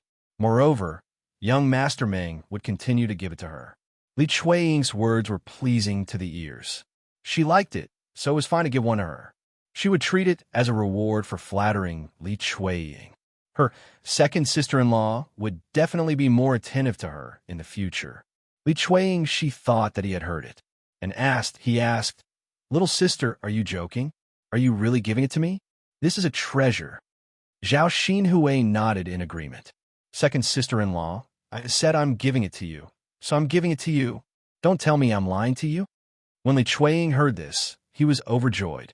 He pulled Zhao Xinhui aside and praised her. "Little sister, you're so nice. Now that you're rich, you still take care of your brothers and sisters-in-law. The Zhao family is so lucky to have a girl like you." Zhao Xinhui was also very happy to be praised. He replied faintly to Li Chuiying, "Of course, sister-in-law. We're family. Do you think I'm like some people who forget about our family when they're rich?" Zhao Xinhui was referring to Zhao Ping Er. When Zhao Ping Er was rich, she didn't care about old Zhao's family. She didn't care about old Zhao's family at all. She ate well and drank well, while old Zhao's family continued to live a hard life. Li Chuiying smiled and replied, "Yes, yes, yes. Little sister, you're still different from the average person." Zhao Ping replied faintly, "Of course." When Feng Zhangxia from the first branch saw that Li Chuiying had gained some benefits, she had an idea. She wanted to go over and flatter Li Chuiying to gain some benefits, but Shun Pan stopped her. Chapter 13:20. Feng Zhangxia looked at Shun Panner in confusion and asked why. "Mother, if she's trying to flatter you, you shouldn't follow her. If little aunt doesn't give you anything, won't you be embarrassed? I don't think that's good." Shun Panner frowned. In fact, what she couldn't stand the most was the greedy villagers who hoped to gain benefits from others. Zhao Xinhui gave her the feeling of a nouveau riche. She didn't like to see Zhao Xinhui acting all high and mighty and thinking that she was someone important. However, Feng Zhangxia didn't mind and replied, "Panner, so what? I'm just saying a few words. If she doesn't give it to me, then forget it. If she does, then we'll benefit. I'm going." Seeing that she couldn't stop Feng Zhangxia, Shun Pan could only let her go. Feng Zhangxia also went to Zhao Xinhui and started to flatter her. "Oh, little sister is back. You're dressed up so well today. You look like a different person. Look at your clothes and jewelry. They're so beautiful." Zhao Xinhui was in a good mood as she responded. She gave the bracelet to her second sister-in-law, but she couldn't give it to her eldest sister-in-law. Thus, she took off a jade bracelet from her wrist and handed it to Feng Zhangxia. Feng Zhangxia didn't expect Zhao Xinhui to be so straightforward and was overjoyed. "Little sister, you're so nice. You're so generous." Li Chuiying glanced at Feng Zhangxia unhappily. She felt that Feng Zhangxia was taking advantage of her. Her eldest sister-in-law liked to follow others. It was so disgusting. After receiving the bracelet, Feng Zhangxia quickly put it in her arms and then said to Zhao Xinhui with a smile, "Little aunt, why don't you have lunch at my place? I'll go and cook something for you now." Li Chuiying didn't want to be left behind and said, "Little sister, come to my place to eat. I'll cook something good for you too. It's rare for you to come back, so don't reject me." Second sister-in-law, we have a first-come, first-served rule. Since I said it first, little sister naturally has to eat at my place. I'll go to your place next time when I come back. Sister-in-law, it's my turn to cook first today. How long will little sister have to wait for your family to finish cooking? Li Chuiying and Feng Zhangxia started arguing. Both of them wanted to drag Zhao Xinhui to their house to eat. It wasn't that the two of them treated Zhao Xinhui very well, but they knew that whoever ate with Zhao Xinhui would definitely be closer to that person. Then, he would be able to give benefits to that person. If he could give away such a precious bracelet so easily, who knew if he would have something even better? How much could a meal cost? The gifts given by Zhao Xinhui were the real treasures. Zhao Xinhui calmly replied to their argument. Eldest sister-in-law, second sister-in-law, what are you arguing about? I'm not going to any of your houses. I'm leaving soon. Hearing that Zhao Xinhui was going to leave in a while, Hu Chunhua couldn't stay calm. She asked Zhao Xinhui, "Wait, you just came back and you're leaving already?" Zhao Xinhui made a sound of acknowledgement. Can't you have a meal before you leave? Hu Chunhua was a little reluctant. Her daughter was getting married and going to another family. She missed her dearly. No, there's nothing good to eat at home. The good food doesn't taste good. It can't compare to the Meng families. It's better for me to go back. There's a lot of good food there. Chapter 1321. Zhao Pinger snorted. Mother, how many years have you been looking at it? Haven't you seen enough? Most people will be sick of it. Ah, you child. Which mother would be sick of looking at their own child? You'll understand when you have your own child. Zhao Xinhui pursed her lips. He couldn't understand. Other people were other people. Anyway, she hadn't given birth to a child yet. Feng Zhangxia chimed in from the side. That's right, little sister. Let's make do with lunch at home. It's so rare for you to come back. As sisters-in-law, we miss you so much. I said I'm not eating, so I'm not eating. Why should I make do with good food when there's good food? I'll come back when I have time. It's not like I'm dead and can't see it anymore. Zhao Xinhui replied very willfully. Hu Chunhua really didn't know what to do with her daughter, so she could only let Zhao Xinhui do as she pleased. Seeing that Zhao Xinhui wanted to go back, Feng Zhangxia didn't urge her to stay. Instead, she happily held the jade bracelet Zhao Xinhui gave her and walked over to Shun Panner. She said to Shun Panner, Look, Panner girl, your aunt really gave you a bracelet. Look, it's so pretty. It's even prettier than a gold bracelet. Shun Panner saw Feng Zhangxia's somewhat snobbish manner and felt a little unhappy. The corners of her mouth twitched, and she agreed. Yes, it's pretty. A jade bracelet isn't cheaper than a gold bracelet. It's a rare item. Feng Zhangxia was only a woman from the countryside, so she didn't recognize such expensive things. She only knew that Zhao Xinhui's bracelet definitely wouldn't be too shabby. When Shun Panner said this, she knew that it was a treasure and her heart was filled with joy. Panner, it's not appropriate for Mother to wear such an expensive bracelet. Here, you wear this bracelet. Mother will give it to you. As she spoke, Feng Zhangxia stuffed the bracelet into Shun Panner's hands. Shun Panner didn't expect Feng Zhangxia to give the bracelet to her. Mother, Panner, wear it. It looks good on you. Mother's working hands don't look good with them. Shun Pan suddenly felt a little touched. She put it on and said to Feng Zhangxia, Thank you, Mother. Feng Zhangxia smiled kindly. What are you thanking me for? Your mother's daughter-in-law. It's normal for her to give you anything good. Mother only has 2 sons and no daughter. Don't I treat you like my own daughter? Shun Panner nodded. She suddenly felt lucky that she had met such a good mother-in-law and not some evil mother-in-law. This was the good thing about marrying into a poor family. If she were to marry into a well-matched family, who knew if she would be targeted by her mother-in-law after going overboard? If her mother-in-law made things difficult for her, her life would not be easy. In the past few years, Feng Zhangxia had never given her a hard time. She was very good to her, and Shun Panner remembered this in her heart. Mother, you're the best. You child, why are you still talking about this? Go and rest in the house. Mother is going to wash Yang Yang's pants. Shun Panner responded, Okay, Mother, go ahead. After Zhao Yun finished joining in the fun, she left the things she bought in Sun City with third son's wife. Zhao Yun thought that Liang Jinxiao didn't understand the situation, so she asked Liang Jinxiao, Mother, I ran into Sister Ping in Sun City today. Guess what Sister Ping wanted to do? What did you want to do with Sister Ping?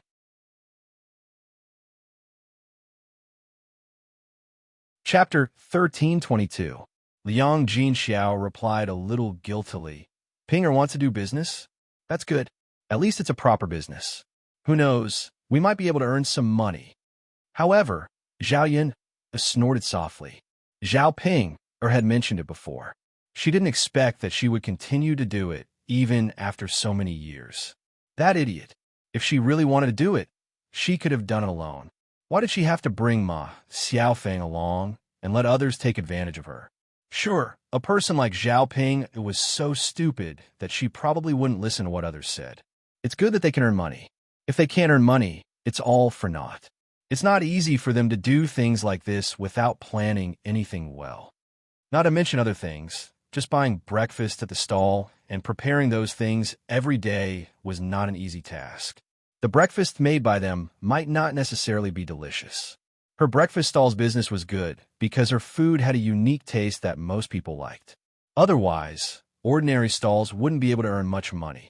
If they didn't manage it well, they might suffer a loss. They had to transport so many things every day. Other than renting the stall, they had to prepare a donkey cart. This would be another expense. Where did Zhao Ping and Ma Xiaofeng get so much money? Zhao Yun then told Liang Jinxiao about her doubts. Mother, where did Sister Ping get the money to set up the breakfast stall? At the mention of this, Liang Jinxiao's heart tightened. He didn't dare to tell Zhao Yun the truth. He pursed his lips and said to Zhao Yun, I think I heard Pinger mention it before. She said that her in-laws also want to earn money and don't want to live a hard life. So they agreed to use the dowry she brought over to do business. Is that so? Zhao Yun was puzzled. When did the family Qin's people become so willing to trust Zhao Pinger so much? However, on second thought, it wasn't impossible for the family Qin's people to agree because of the profit motive. Liang Jinxiao's palms were covered in a layer of cold sweat. His smile was a little stiff as he said, Since Pinger said so, it should be true. Then it'd be best if Sister Ping can earn money. If she can't, she reckoned that the family Qin's people would make her suffer. Liang Jinxiao replied, Yes, I hope Sister Ping's people can earn money. Her in-laws, family Qin's family. It's not easy. She's only a few days after she got married. Zhao Yun saw that Liang Jinxiao was worried about Zhao Pinger's situation and couldn't help but sigh to Liang. After putting down the things, Zhao Yun went back. She hadn't been busy at home for long when she saw a carriage rushing over and stopping in front of her house. Zhao Yun looked up and wondered who had come to her house. After looking, she saw a woman in red walking down from the carriage. She was wearing a red dress. She was very ostentatious and eye-catching. The woman was also dressed beautifully. She wore beautiful jewelry on her head. Her hair was made of gold like a phoenix, and her long black hair was scattered behind her shoulders. The person who came was none other than Murong Shui Shuang. Standing in front of Murong Shui, Zhao Yun felt the gap between them. She was just an ordinary peasant woman in the countryside, while Murong Shui Shuang was a noble princess. Why was she here? Zhao Yun couldn't figure it out. Murong Shui Shuang also saw Zhao Yun. She walked straight toward Zhao Yun.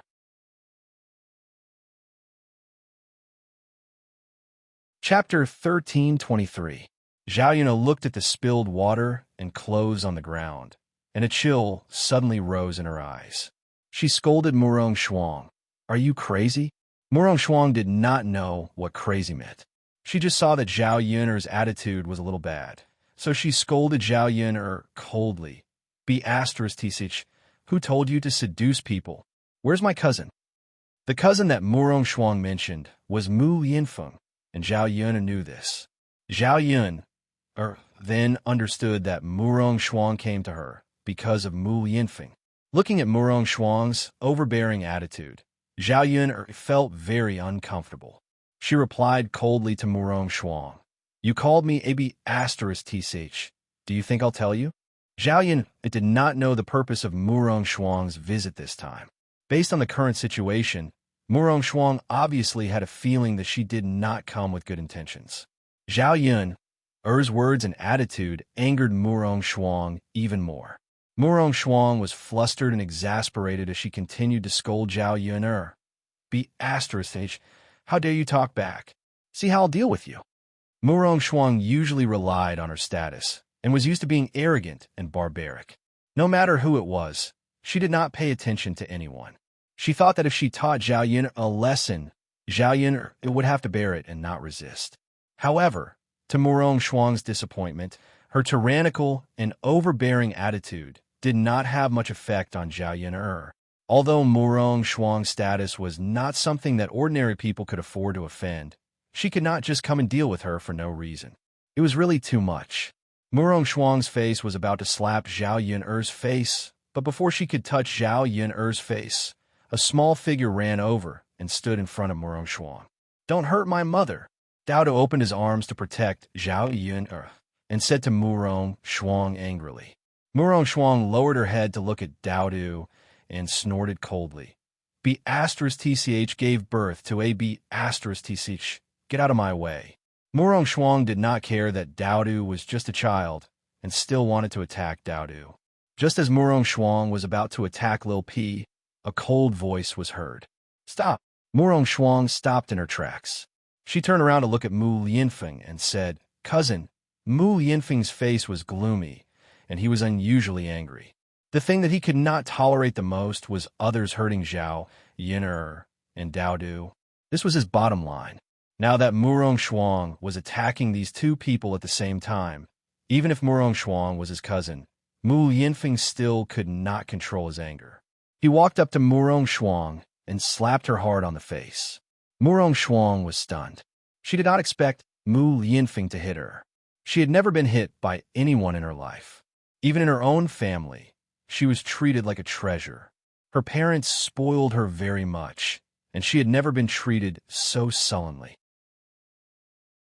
Murong Shuang covered her face and cried to Mu Lianfeng, "Cousin, you hit me. You hit me for 8 B*TCH and B*TCH. Sob, cousin, you've gone too far."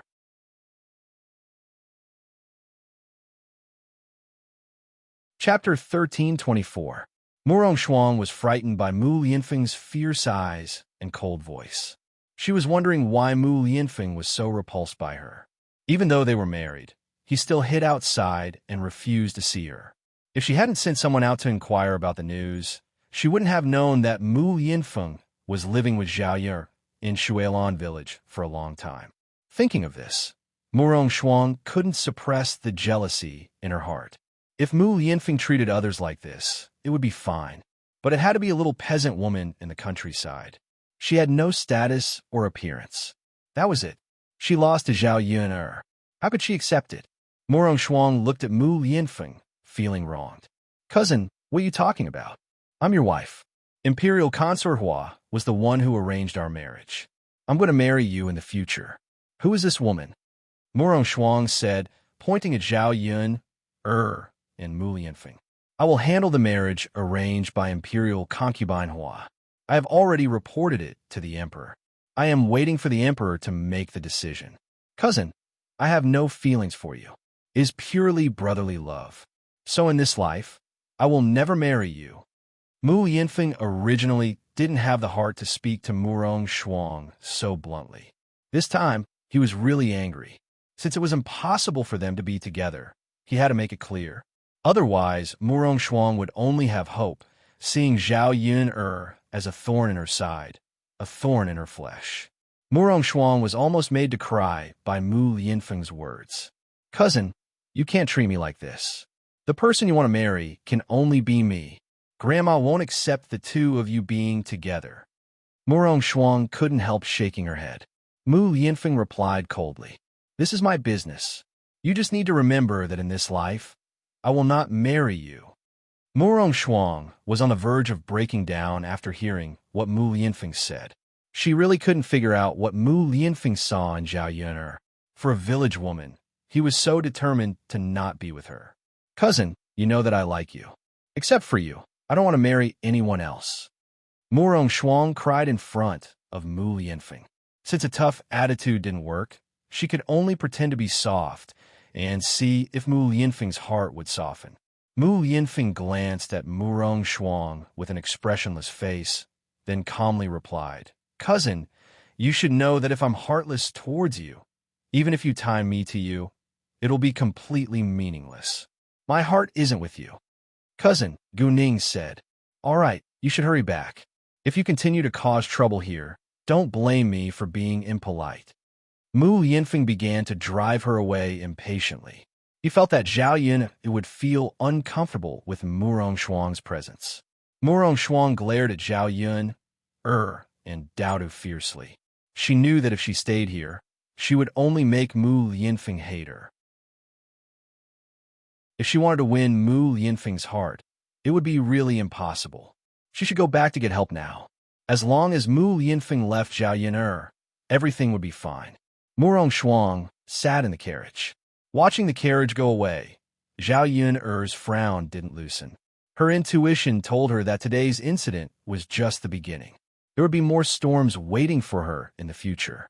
Zhao Yun had a little understanding of what kind of person Murong Shuang was.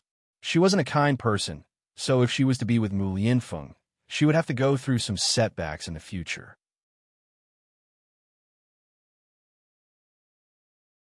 Chapter 1325. Daddy, Dao hugged Zhao Yun and called out softly. He was a little scared by Murong Shuang, so he hugged Mu Yinfeng's thigh. Mu Yinfeng patted Daodu's head and said to Daodu, "What's wrong, Daodu?" "Daddy, that person was so fierce." He wanted to hit Daodu and Mother. Luckily, Daddy is back. Mu Yinfeng's heart ached for Daodu, and he said softly to Daodu, "Don't worry, Daddy is here. No one can bully your mother and Daodu." Daodu nodded heavily. Yes. Yun'er. Mu Yinfeng glanced at Zhao Yun, then walked to Zhao Yun and called out to her softly. He looked at Zhao Yun with pity in his eyes. "I'm sorry for what happened today." Zhao Yun twitched the corner of her mouth and replied, "It's nothing." Zhao Yun felt that although what happened today was a little bad, Mu Yinfeng didn't feel too guilty. "Mu Yinfeng, I'm fine. As long as our hearts are together, nothing can stop us." Yes. Mu Yinfeng was touched. Seeing that Zhao Yun was about to clean up the clothes on the floor, Mu Yinfeng hurriedly bent down and said to Zhao Yun, "Yun, let me do it. You and Dao to go and rest." It's okay, I'll do it." What did it look like for a man to wash clothes? It would be fine if he did it at home, but there wasn't much water left in the water tank at home, so he had to go to the river to do it. If the villagers saw Mu Yinfeng carrying a wooden basin to wash clothes, who knew what kind of gossip there would be? "Yin'er, it's fine. Let me do it. I can do it." Zhao Yun saw that Mu Yinfeng had misunderstood. She didn't think that Mu Yinfeng couldn't do it, but she was afraid of others. If she could avoid those gossips, she would try her best to avoid them. After all, those hot topics were really unpleasant. "Mu Yinfeng, you're tired too. Let me do it. You rest. Go and talk to Daodu." Daodu pulled Mu Yinfeng's hand and said, "Daddy, you haven't taught Daodu how to read for a few days. Can you teach Daodu?" Mu Yinfeng had been busy these days. When he saw Daodu's expectant eyes, Mu Yinfeng replied, "Okay, Daddy will teach you." "Okay." Daodu's little face showed a satisfied expression. Looking at the sweet and loving father and son together, Zhao Yun hoped that the days in her heart could continue like this in the future. Zhao Yun saw Mu Yinfeng and Daodu enter the house, so she packed up her clothes and walked to the river. When she came to the river, there were only a few women washing things. Zhao Yun found an empty slate and went to wash it. At this time, she saw a woman walking towards the river. She was wearing a beautiful set of clothes. It was beautiful, but the color was slightly brighter. It looked better than the coarse clothes that the villagers wore.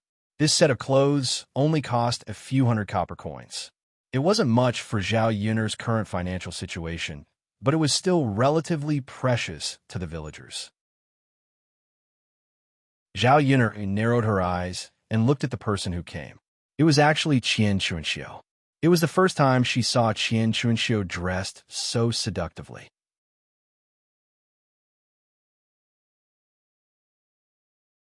Chapter 1326. Yes, it's so beautiful.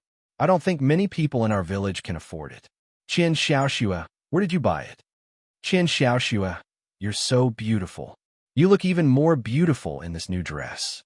You look like a big girl. There are few people in the village who wear better clothes than you. The women spoke one after another. Although their words were pleasant to hear, Many of their eyes were filled with jealousy. Qian Chunxiu lowered her head to look at the dress she was wearing. She was also very satisfied. For decades, she had been wearing clothes made of coarse cloth. Before she got married, her family was poor, so she naturally didn't have the opportunity to wear good clothes. After she got married, she finally lived a slightly better life. Unfortunately, her husband was disappointing and died within a few years. It wasn't easy for her to take care of 2 children. After so many years, she didn't have the money to buy clothes for herself at all. It wasn't until today that she finally had a beautiful new dress. Speaking of this dress, of course, she didn't buy it herself. She didn't have the money at all. The money she spent on this dress was given by Zhao Wenshui. In order to make her happy, Zhao Wenshui gave her a lot of money to buy clothes for her.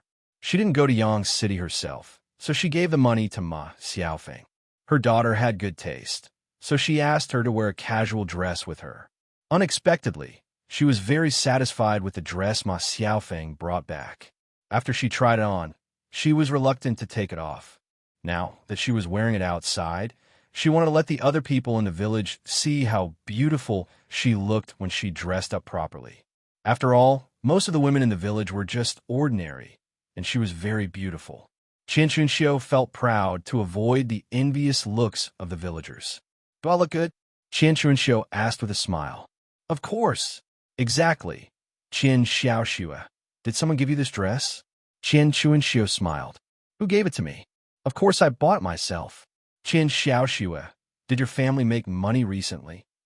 A woman in the village asked curiously. "That's right, Mrs. Qian. These clothes don't look cheap."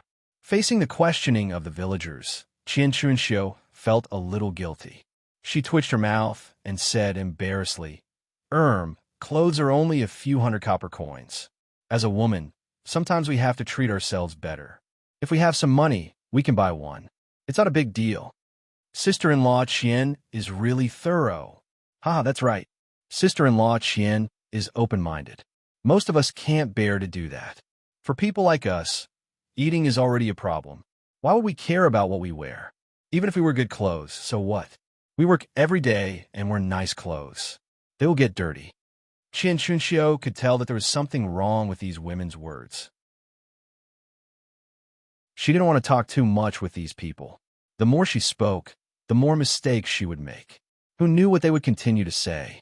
Qian Chunxiu carried a basin of vegetables and washed them quickly. Before she left, she took a bucket of water. After Qian Chunxiu left, there was a burst of discussion behind him. This Qian Chunxiu, she's already so old, but she's still dressed so gorgeously. Does she really think that she's still a young lady?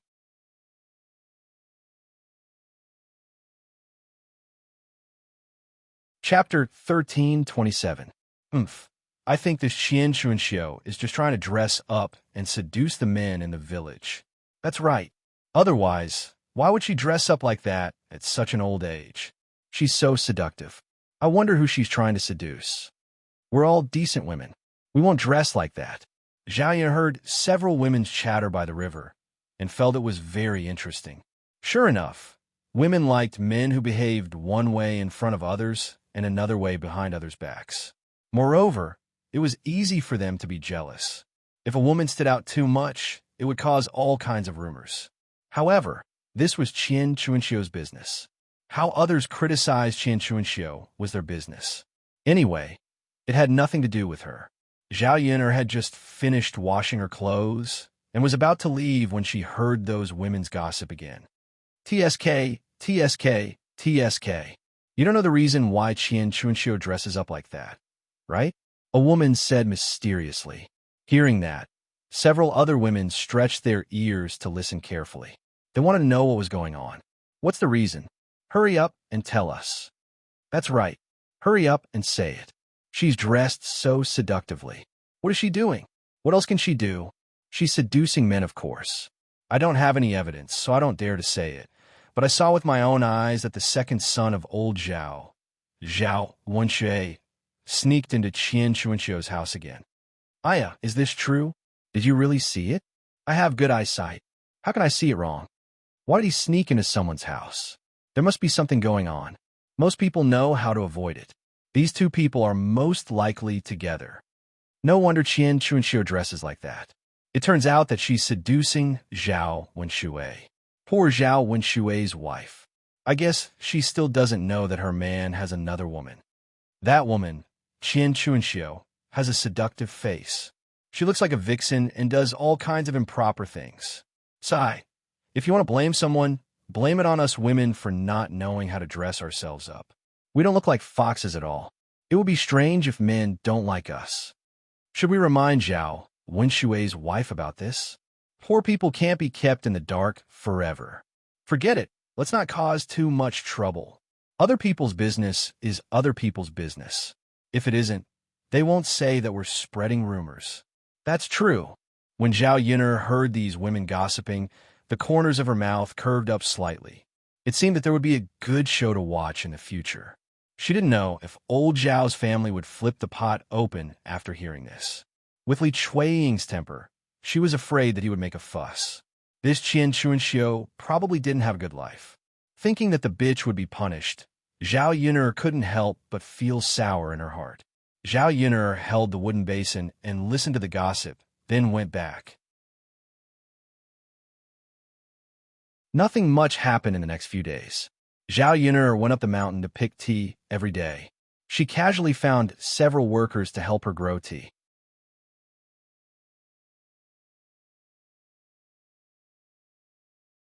Chapter 1328.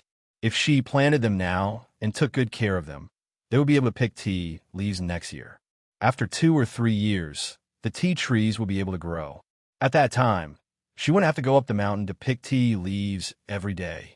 She would be able to pick more tea leaves on the bare mountain. However, Zhao Yun naturally couldn't handle such a large mountain alone. Currently, she had hired a few men in the village to help her. When Zhu Eru was done, Zhao Yun wanted to let him take care of these tea trees and pay him a salary. This would also give Mulan's family an additional income. It was better than giving it to others and letting others earn the money. In the beginning, the saplings had to be watered and so on. After a few years, she wouldn't have to be so meticulous. Thinking about how she wouldn't have to work hard to hire people to pick tea leaves in the future and could just sit at home and count the money, Zhao Yun'er felt a burst of comfort in her heart. Mu Yinfeng seemed to be more idle these 2 days. He accompanied Daodu at home all day long and taught Daodu how to read and read. On this day, when Zhao Yun'er was preparing lunch at home, she saw Zhao Ping running over. Yun'er, Sister Yun. Hearing Zhao Ping's words, Zhao Yun subconsciously frowned. Why did Zhao Ping come over to her place? Listening to Zhao Ping's tone, it sounded like she was trying to curry favor with her. It probably wasn't anything good. Zhao Yun put down the spatula in her hand and walked over to Zhao Ping. She asked Zhao Ping, Sister Ping, why are you looking for me? Zhao Ping twitched the corner of her mouth and smiled at Zhao Yun. Sister Yun, I have something to discuss with you. Zhao Yun faintly raised her eyebrows and asked, what do you want to discuss with me? Tell me. Little Sister Yun, I see that you haven't been setting up a stall these days, so your little mound naturally won't be of any use. How about this? Can you sell your little mound to me at a cheaper price? Otherwise, wouldn't it be a waste to leave it home? Zhao Yun was slightly stunned. She was wondering why Zhao Ping had come over. It turned out that she had designs on her family's Xiao Mao. When Xiao Mao heard that Zhao Ping wanted to buy it, it was very angry. It shouted angrily at Zhao Ping. Zhao Yun'er turned around and glanced at Xiao Mao. This little fellow was too intelligent. It was most likely unwilling to be bought. When Zhao Yun'er looked at it, little Mao's eyes softened. It looked at Zhao Yun'er with pleading eyes, as if it was afraid that Zhao Yun'er would really abandon it. How could she sell it? Even if you raised an animal for a long time, you would develop feelings for it. Moreover, Xiao Mao was different from other animals. Zhao Yun'er faintly replied Zhao Ping, Big Sister Ping, who said that my family Xiao Mao is useless now. It's very useful, so I'm not selling it. Zhao Ping was a little anxious. Little Sister Yun'er, what use can you be?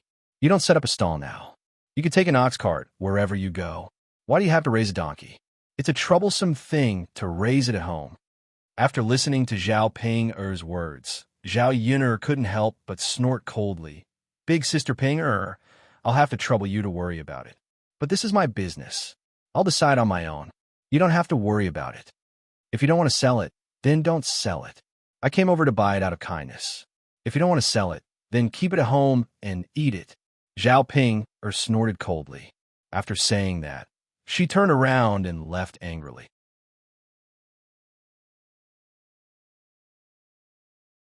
Chapter 1329. The reason why Zhao Ping came to Zhao Yun'er was that she wanted to buy a donkey from Zhao Yun'er at a discount. After all, she didn't have much money left. Once she bought the donkey, she could start preparing for the breakfast stall. Now that Zhao Yun'er refused to sell it to her, she could only buy it herself. As for buying a donkey, Zhao Ping-er thought that she couldn't go there alone.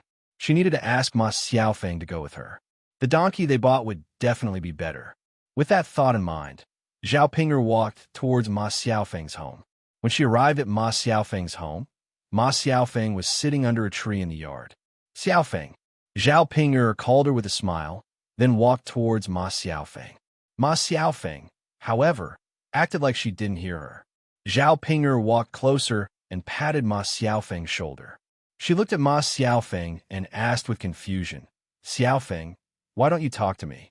Ma Xiaofeng was struck dumb for a second, then looked at Zhao Ping-er. Ma Xiaofeng forced a smile. Hi, Ping, you're here. Yeah, Xiaofeng. I just wanted to ask you whether you're free this afternoon. If you're free, let's go to the town to buy a donkey together. After Zhao Ping-er said that, Ma Xiaofeng was silent for a while, then slowly said, sure. Haha, Xiaofeng. I'll come to see you later. Ma Xiaofeng nodded. Sure. Zhao Ping-er noticed that Ma Xiaofeng was a little absent-minded, so she looked at Ma Xiaofeng with concern. Xiaofeng, do you feel uncomfortable today? You don't seem to be yourself. I'm fine. Ma Xiaofeng replied to Zhao Ping-er, but she looked a little displeased. Zhao Ping-er gave Ma Xiaofeng a glance, but still felt that something was wrong. Ma Xiaofeng's face was full of thoughts. Xiaofeng, are you sure you're fine? If you're in trouble, you must tell me. Zhao Ping-er really took Ma Xiaofeng as her friend, so she cared about Ma Xiaofeng very much. She was worried that Ma Xiaofeng might have an accident. Seeing Zhao Ping-er's concerned look, Ma Xiaofeng didn't want to talk at all, because it was hard for her to say it. The reason why she was so worried was indeed because something bad had happened. Originally, she was already miserable enough after being teased by Lu San. Now, Lu San, this scoundrel, was even more excessive. When he saw her sitting in her courtyard, he even came to her door to tease her when he passed by, saying some filthy words. If other people in the village saw it, there would be a lot of gossip. Thinking of that, Ma Xiaofeng was mad. Lu San had bullied her once, but now he wanted to do it again and again. If he did it again and again, she wouldn't be able to live in the village anymore because she didn't have the face to do it. Seeing that Lu San was so shameless, Ma Xiaofeng had to act like a shrew. She took the rice fork at home and threatened Lu San. Get out of my sight, or I'll kill you. When Lu San saw Ma Xiaofeng's fierce look, the corners of his mouth curled up, revealing a wretched expression. Oh, this little lady is quite fierce. I'll go, okay?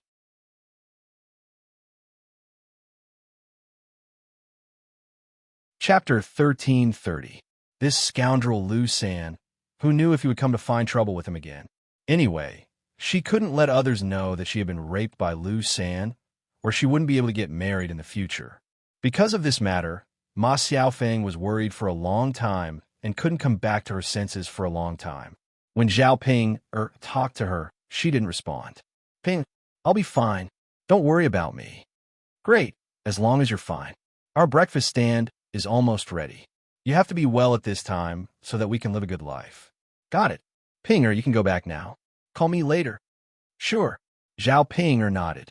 In the afternoon, the two of them went to Yang City together to buy a donkey. They didn't have a car to go there. If they chartered an ox cart, it would cost dozens of copper coins. Neither of them was willing to pay, so they walked there. Since they were from the countryside, they usually walked a lot. Shuelon village wasn't too far away from Sun City, so it wasn't too strenuous for them to walk there slowly. Most importantly, they could buy a donkey and take a donkey back when they came back.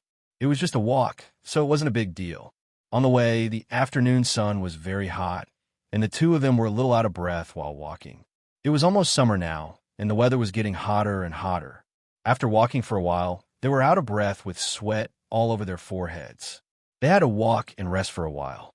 When it really came to summer, it would be very hot. Xiaofeng, it's so hot. Zhao Ping covered her chest and said. Ma Xiaofeng nodded. Yeah, we have no choice. It's almost summer. Well, I'm afraid of summer the most. We have to take a shower every day. If we don't take a shower often, our bodies will rot easily. What's wrong with that? Just wash it. It's just that when it's summer, it's more troublesome for us to make breakfast. We have to sell or eat the things we make on the same day. Otherwise, the things will spoil easily, Ma Xiaofeng said to Zhao Pinger. After all, food in summer was easy to rot, and they couldn't sell the rotten food. Otherwise, the customers would definitely come to cause trouble. Xiaofeng, I didn't think of it until you mentioned it. Now that you mention it, it's true. What should we do? It's fine. Maybe our business will be good, and we can sell everything. If it's not good, we can prepare less. We can't lose money anyway. Xiaofeng, you're right. Haha, you're so smart. Ma Xiaofeng's mouth twitched. She felt that Zhao Pinger was no different from an idiot. So what? Didn't normal people understand this logic?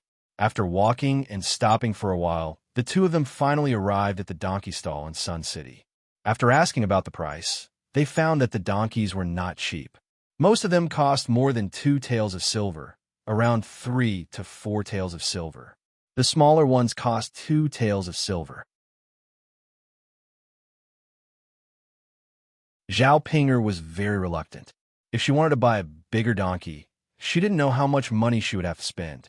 Zhao Ping didn't have much money on hand. She couldn't bear to spend so much money all of a sudden. After all, she didn't know if she would need money in the future. It was always good to save more money.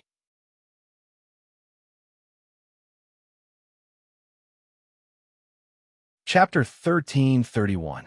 Ma Xiaofeng smiled and said, Of course you can. Zhao Ping was the one who paid for it, not her. Whatever Zhao Ping wanted to buy, she would definitely listen to Zhao Ping. Otherwise, if Zhao Ping asked her to pay for it, where would she get so much money? But Sister Ping, we can't buy something too small. If it can't pull us, it will be troublesome. We have to carry a lot of things every day. A small donkey won't have the strength. Ma Xiaofeng reminded her. After all, sometimes the money should be spent. Otherwise, if they spent the money and bought an unsuitable donkey, it would be better not to buy it. Zhao Ping felt that Ma Xiaofeng's words were very reasonable, so she agreed and said, Xiaofeng, that's fine. Let's buy something slightly bigger. Okay, but back then my little sister Yin bought a little donkey. Look at that donkey's strength, it's quite strong. It runs very fast. Ma Xiaofeng knew that Zhao Ping was talking about Xiao donkey. She had also seen that small donkey. It was indeed very strong and was different from ordinary donkeys. Sister Ping, your sister Yun, is picking up other people's leftovers.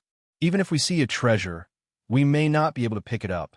When Ma Xiaofeng said that, Zhao Ping seemed a little discouraged. She sighed slightly and said to Ma Xiaofeng, Then let's look again. What if we can also pick up a leftover one? Ma Xiaofeng had to let Zhao Ping go. Zhao Ping walked around and looked at the donkeys, hoping to find a good one. However, these donkeys looked similar in appearance. Zhao Ping didn't know much about donkeys, so she didn't know which one to buy. She asked the stall owner, Uncle, do you have a bigger and cheaper donkey here? A bigger and cheaper one? The old man thought for a while and finally pointed at a donkey tied under a tree. This donkey was separated from the other donkeys and was tied up alone. Zhao Ping, and Ma Xiaofeng both took a look and saw that this donkey was relatively big. What do you think about that donkey? If you want to buy it, this donkey and a wooden cart will cost you 2 taels of silver. 2 taels of silver to buy a donkey and a wooden cart. Under normal circumstances, it would cost more than 2 taels of silver. The price, it was considered low.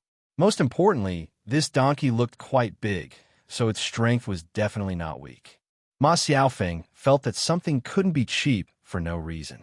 Such a big donkey was only sold for such a small amount of money. There must be something wrong with it. She asked the old man, "Uncle, why is this thing so cheap? Is there something wrong with this donkey?" When Ma Xiaofeng asked, the old man who was selling the donkey suddenly became unhappy. He scolded Ma Xiaofeng. "Little girl, what are you saying? Didn't you say that there is something wrong with my donkey?" If others heard this, how can I continue to do business? Ma Xiaofeng quickly waved her hand and said, "No, no, uncle. I didn't mean that. I just feel that such a big and good donkey only costs 2 taels of silver. It's a bit abnormal."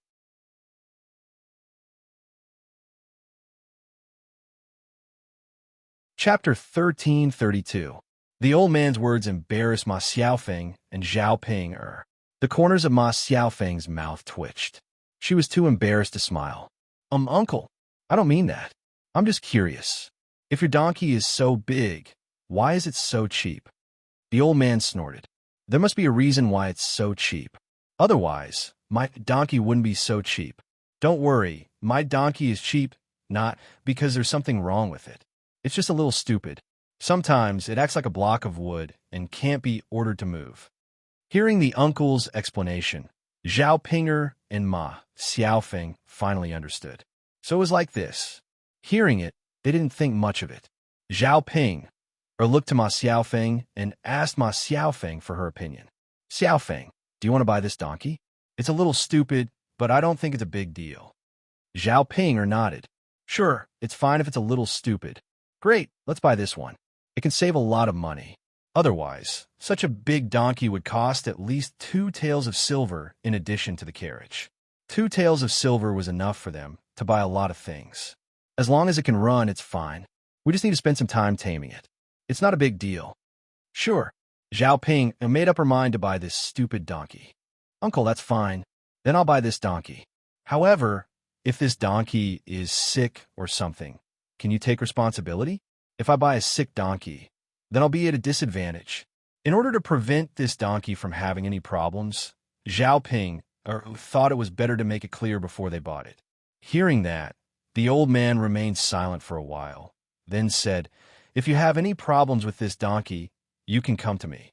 However, if you don't want this donkey because it's too stupid, I won't agree, because I'll make it clear to you now." "Sure, uncle. That's enough." "Sure."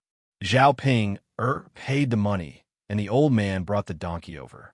He put a wooden carriage on the donkey and handed it to Zhao Ping. "Come on, girl. This donkey is yours. It's easy to raise a donkey, and it doesn't eat any food. It's easy to raise it." "Yes, uncle." Looking at her own donkey, Zhao Ping was a little excited. It was so big, and it looked like it had a lot of strength. It might even be better than the donkey in Zhao Yun's house. "Xiaofeng, come sit." Zhao Ping excitedly waved at Ma Xiaofeng, wanting Ma Xiaofeng to experience it with her. Ma Xiaofeng's mouth also revealed a smile. Although this donkey wasn't hers, if she wanted to use it in the future, she would have a share. She didn't have to worry at all. The two of them sat together on the ox carriage. It was very spacious, and it felt much better than squeezing with other people. Great. Sure enough, it's good to be rich. We don't have to sit in an ox carriage like the country people. We can sit in a horse carriage. We're already so comfortable in a donkey carriage. If we sit in a horse carriage, it will be even more comfortable. Zhao Ping touched her donkey carriage and sighed.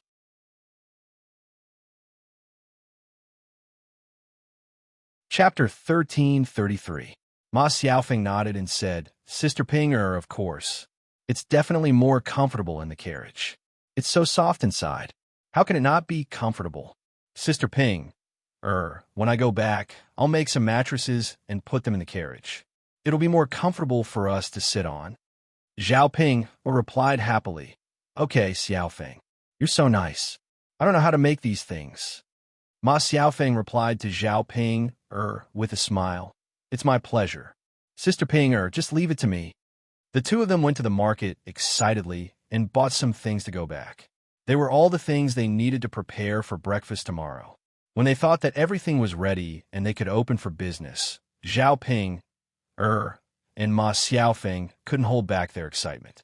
After all, if they opened for business, it meant that they could make money and have an income in the future. They didn't buy many things for the first time. They were afraid that they wouldn't be able to sell many things on the first opening. If they prepared too many things, it would be easy to spoil them. After buying the things, the two of them rushed to Shuilan village together. Now that they had a donkey, Zhao Ping planned to pick up Ma Xiaofeng every morning and send Ma Xiaofeng back home when they finished setting up the stall. Anyway, the donkey ran much faster than people walked. The two villages were not far away from each other. It only took them 10 minutes to go back and forth by donkey cart. Seeing that the donkey ran quite fast and pulled the two of them easily, Zhao Ping felt that she had gotten a bargain at a low price. She gloated and said, "That old man is really stupid. If he didn't say that the donkey was stupid, who would know? Isn't it running well now? We saved a few taels of silver at once. Yeah, it's pretty good. Sister Ping, you can't say that the old man is stupid. He's actually quite kind. If it were an ordinary person, they definitely wouldn't tell others that there's something wrong with the donkey." Zhao Ping nodded heavily. "Xiao Feng, you're the most reasonable one. You're much more reasonable than I am." Ma Xiaofeng's mouth twitched. If it weren't for the fact that she was relying on Zhao Ping, she really wouldn't have bothered with Zhao Ping. The donkey suddenly stopped as if it was running. Zhao Ping, and Ma Xiaofeng suddenly frowned and asked, "What's wrong? Why did you stop running?" Ma Xiaofeng shook her head. "I don't know. I was running fine. I didn't see anything happen." Zhao Ping was puzzled. The donkey definitely wouldn't stop running. There must be some reason. Hence, she hurriedly got down from the ox cart and walked around the donkey. She didn't find anything unusual. Zhao Ping scratched her head in confusion. She couldn't understand. Since there was nothing wrong, why did the donkey stop? "Hey, donkey, hurry up and leave. We still have to go back." Zhao Ping chided. However, the donkey acted as if it didn't hear Zhao Ping's words. It simply ignored her and didn't move. Zhao Ping was instantly angered. This donkey was really disobedient. It acted as if it didn't hear what she said. "You damn donkey. Are you deaf? Didn't you hear what I said? Really? Hurry up and run. It's so uncomfortable to be under the hot sun." However, this time, Zhao Ping's donkey went overboard. It almost made Zhao Ping angry. The donkey's eyes slowly closed as if it was about to fall asleep. Chapter 1334. Ma Xiaofeng hurriedly called out to Zhao Ping. Zhao Ping glanced at it and realized that it was just as Ma Xiaofeng had said. The donkey was about to fall asleep. Seeing the donkey sleeping, Zhao Ping exploded. "This damn donkey, it was running well, but it actually stopped to sleep. See if I don't teach it a lesson." With that, Zhao Ping lifted one leg and kicked the donkey's butt. The donkey was awakened by the pain, and as if it was frightened, it immediately rushed out. Zhao Ping looked at the donkey that flew out and was shocked. Seeing the donkey running so fast, even if she wanted to chase after it, she couldn't. Zhao Ping was very anxious. If the donkey ran away, what should she do? Wouldn't the 2 taels of silver be wasted? Compared to Zhao Ping, Ma Xiaofeng was even more unfortunate. Zhao Ping just got down, but Ma Xiaofeng was still sitting on the carriage. So when the donkey ran out, her whole body leaned back and she was almost thrown off. Fortunately, she caught it. However, the donkey ran like crazy. Ma Xiaofeng was jolted and she was still about to be thrown off. As the donkey ran, Ma Xiaofeng screamed in fear. Zhao Ping shouted from behind Ma Xiaofeng, "Xiaofeng, you have to watch the donkey.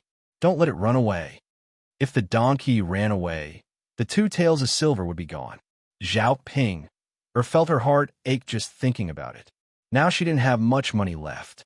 If she really wanted to buy another donkey, she probably couldn't afford it. Ma Xiaofeng's heart was about to jump out. She didn't have the mood to care so much. Her hands firmly grabbed the handle of the carriage to stabilize her body. Now, she could only pray that she would not fall to her death. Even if the donkey really ran away, it was none of her business. Who asked Zhao Ping that idiot, to kick the donkey's butt? The donkey was startled, and she was also implicated. After Zhao Ping shouted, she hurriedly chased after the donkey, wanting to catch up with it.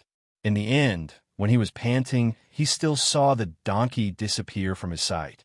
Zhao Ping had a bitter look on her face.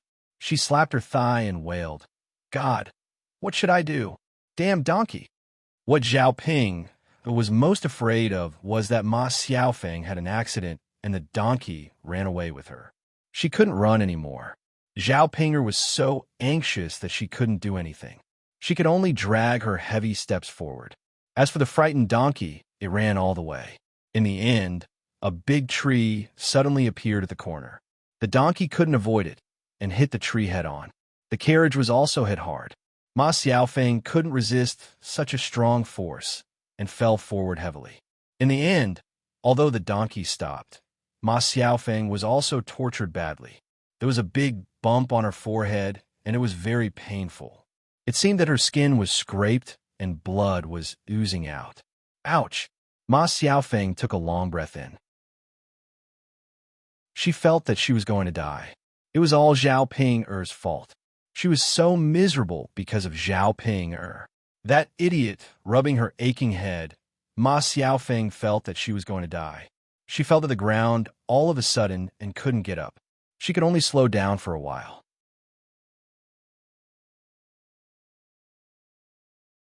Chapter 1335. The moment Zhao Ping went over, she saw Ma Xiaofeng sitting on the ground. She hurried over to Ma Xiaofeng and asked Ma Xiaofeng, Xiaofeng, what happened to you? Are you all right? Ma Xiaofeng looked up weakly and glanced at Zhao Ping. She was almost angered to death by Zhao Ping. This idiot? She still asked her what happened and whether she was all right. Wasn't this all her fault? If she hadn't hit the donkeys, but would she be in such a miserable state? Now, there was a scar on her head. Could it be that Zhao Ping was blind and didn't see it? But even though she was angry, in order to continue doing business with Zhao Ping in the future and to let Zhao Ping help her earn money, she couldn't scold Zhao Ping too much now. She had to coax Zhao Ping. She would just take it as her bad luck this time. Ma Xiaofeng twitched the corner of her mouth and replied weakly, "Hey, Ping, your older sister. I'm in so much pain." Looking at the injured Ma Xiaofeng, Zhao Ping felt a little guilty. If she hadn't kicked the donkeys, but Ma Xiaofeng definitely wouldn't be injured. However, Zhao Ping thought about it from another perspective. It didn't seem like she was responsible for it. If there was anyone to blame, it could only be the donkey. She had stopped and asked it to leave, but it didn't leave. She had only kicked it out of anger. Usually, when she kicked the dog at home, the dog wouldn't have much of a reaction. Who knew that this stupid donkey would actually go crazy and rush out like this? If it hadn't hit the tree, who knew if it would have run even further, and she probably wouldn't have been able to catch up? Zhao Ping glared at the donkey angrily and put all the blame on the donkey. She scolded the donkey. "You donkey, you're too much. When I asked you to run, you didn't run. When I didn't ask you to run, you ran so fast. Look at how badly you hurt Xiaofeng. It's all your fault." Ma Xiaofeng looked at Zhao Ping speechlessly. It was Zhao Ping who was stupid. She had provoked the donkey, but now she was pushing the blame to a beast. How interesting. Ma Xiaofeng really didn't know what to say to an idiot like Zhao Ping. She could only let Zhao Ping do what she wanted. Even though she was hurt, Xiaofeng's fault, she couldn't let Zhao Ping take responsibility. The donkey didn't react to Zhao Ping's words. It didn't understand at all. However, in Zhao Ping's eyes, the donkey's reaction was shameless. It didn't want to admit its mistake. She continued to scold the donkey angrily. "Stupid donkey, you're being disobedient, aren't you? You're doing this on purpose, right? See if I don't teach you a lesson." Zhao Ping couldn't take it anymore. She rolled up her sleeves and was ready to hit the donkey again. Ma Xiaofeng was worried that Zhao Ping would make the situation worse. She quickly pulled Zhao Ping back and said to Zhao Ping, "Sister Ping, forget it. You can't hit it anymore. Look, because you kicked it, the donkey ran away. If you kick it again, it will definitely run away again. What should we do if we can't find it?" Zhao Ping frowned. She rolled her eyes and replied to Ma Xiaofeng. Xiaofeng, what you said makes sense. However, Zhao Ping wasn't willing to let the donkey go just like that. She was determined to teach it a lesson.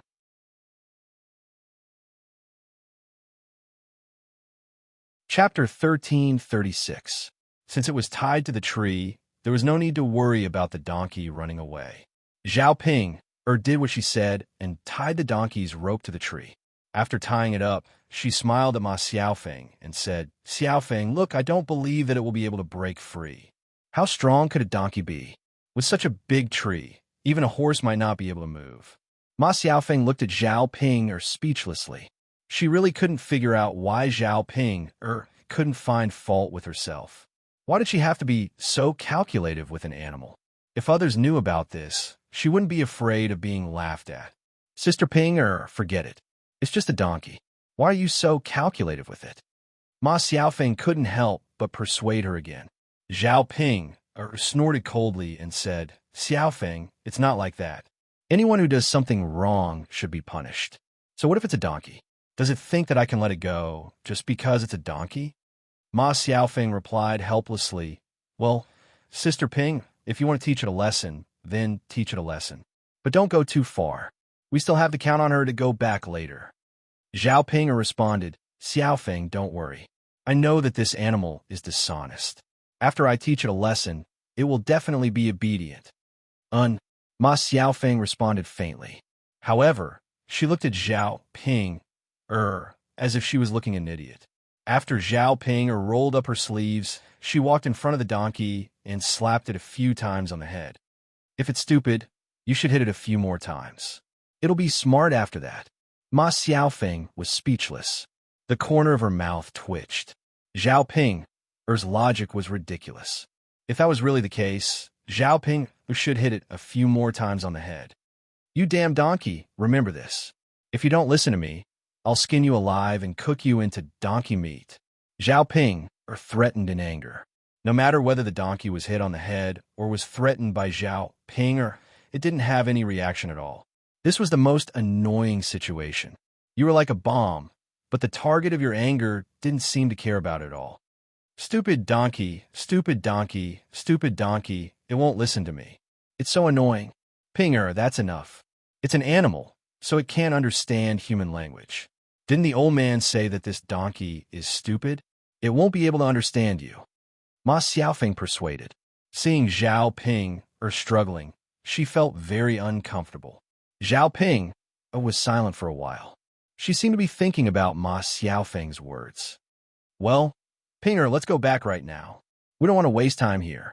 Zhao Ping thought for a while, then nodded. All right, Xiaofeng, I'll listen to you. I won't argue with this animal. Ma Xiaofeng nodded. Zhao Ping untied the rope from the tree, then said to the donkey, Stupid donkey, behave yourself now. However, to Zhao Pinger's disappointment, the donkey did not move at all. It stayed where it was. Xiaofeng, this stupid donkey won't walk again. Zhao Ping pulled the donkey several times and complained in anger. Sister Ping, is this donkey tired from running?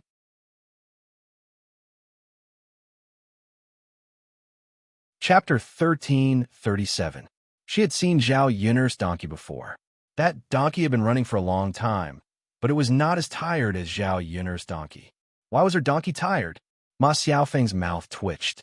She felt that Zhao Pinger's words were very strange. Pinger, how would I know? Ma Xiaofeng replied. Let's go back with the donkey. We can't stay here forever. Zhao Pinger felt very uncomfortable, but she could only follow Ma Xiaofeng's words and forcefully pulled the donkey back home. By the time they arrived at Shuilan village, Zhao Pinger was already exhausted and couldn't take it anymore. She complained about the donkey in her heart. However, the old man who sold the donkey said that unless there was something wrong with the donkey, he would not take responsibility. This donkey didn't move because it was too stupid and didn't listen to what others said. Zhao Pinger thought for a while. I spent a lot of money but still got angry. I'm really unlucky. Unfortunately, I have to make do with this donkey in the future. When they arrived at Shuilan village, many women and girls saw Zhao Pinger and Ma Xiaofeng coming back in the donkey cart. They all went up to them and gossiped. Hey, Pinger, Xiaofeng, did you buy a donkey? Speaking of this, Zhao Pinger was unhappy. She unhappily replied, Why do you ask when you already know the answer? If we didn't buy it, did we steal it? Zhao Pinger, we just care about you and come over to ask you. Look at you, what kind of attitude is that? Exactly, what kind of attitude is that? Do you think you're so great just because you bought a donkey? When your younger sister Yunner bought a donkey, she didn't act like that. Zhao Pinger's face was gloomy. She felt that these women who came up to her were very annoying. I don't want to waste my time talking to you. I'm going back. As Zhao Pinger said that, she angrily tugged at the donkey and pulled it to continue forward. Zhao Pinger, you bought a donkey. Look at how precious it is. Why don't you sit on it? It is so tiring to walk back. You don't even know how to enjoy it. Right, Zhao Pinger, who cherishes a donkey as much as you do. Why don't you sit on it? You're the one who is serving the donkey. Zhao Pinger looked at the gloating faces of these people and angrily replied, meddling in other people's business. What does it have to do with you? Yo, why aren't you saying anything? All right, let's not talk about it anymore. Let's go. Look at her. She looks like a villain who has succeeded. It's so annoying. It was just a donkey and no one could afford it. Zhao Pinger was annoyed when she heard these people's words. She didn't understand why the people in the village were so mean. They must be jealous of her. After avoiding these annoying women, Zhao Pinger drove Ma Xiaofeng back home first. On the way, she met Zhao Tianan again. Zhao Tianan just walked home with a kettle in his hand. He was going to go home to get some water. The weather was getting hotter and hotter now, so he felt more thirsty when he was working. The kettle of water was emptied in a short while. Seeing Zhao Tianan, Zhao Pinger greeted him and shouted to Zhao Tianan. Tianan! Zhao Tianan heard Zhao Pinger's voice and turned to look at Zhao Pinger. Sister, did you buy this donkey? Zhao Tianan asked with curiosity.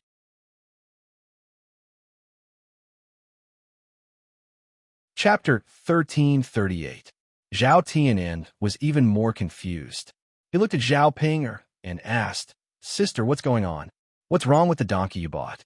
It doesn't look like there's anything wrong with it. Tianan, it doesn't look like there's anything wrong with it, but it's a stupid donkey. It's so stupid. It's so stupid that it's infuriating. It doesn't understand human language. It doesn't know how to run when I tell it to, but it runs very fast when I don't let it run. Look, Xiaofeng's injuries were caused by this donkey. If it weren't useful to me, I would have killed it and eaten it. Hearing Zhao Pinger's complaints, Zhao Tianan twitched the corner of his mouth. Hearing that Ma Xiaofeng was injured, his heart couldn't help but tremble. He looked at Ma Xiaofeng.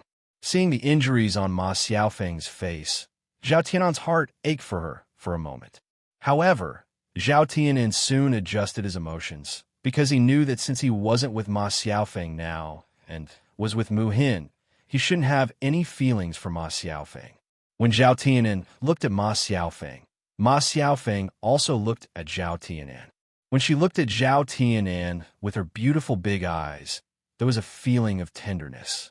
Ma Xiaofeng had some expectations in her heart. She wanted to see Zhao Tianan show some concern for her. Seeing a trace of concern in Zhao Tianan's eyes, Ma Xiaofeng's heart had a trace of joy.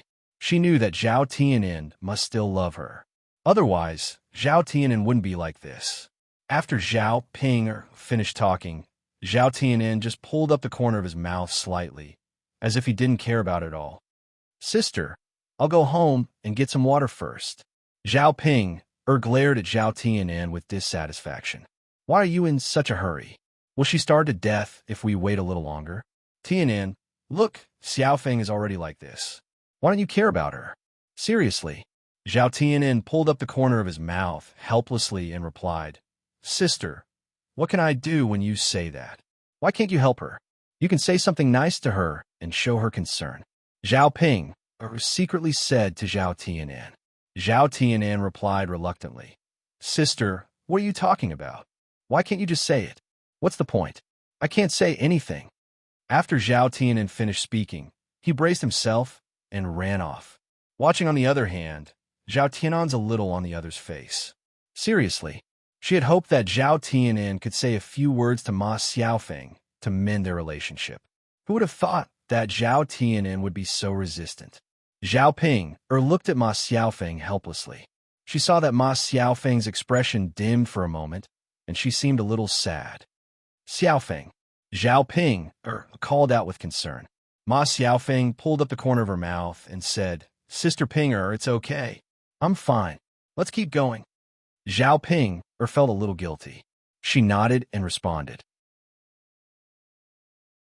Pulling her donkey, Zhao Ping continued to walk in the direction of Ma Xiaofeng's house. After walking for a while, they finally arrived at Ma Xiaofeng's house. Qian Chunxiu was in the yard.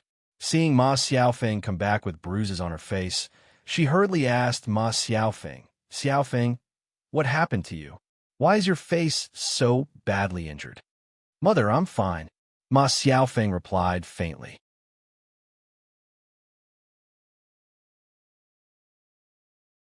Chapter 1339. Ma Xiaofeng didn't know what to say, so she just gave Zhao Ping a glance. Qian Chunxiu, however, immediately understood the meaning of Ma Xiaofeng's glance. She glared at Zhao Ping, and questioned Zhao Ping, I say, little girl Ping, my family Xiaofeng's injuries were caused by you, right?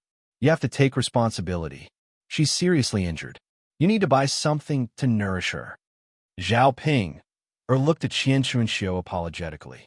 Aunt Qianai, Ma Xiaofeng pulled Qian Chunxiu's hand and said to Qian Chunxiu, Mother, don't say any more. It has nothing to do with Sister Ping. Qian Chunxiu snorted, but didn't believe it.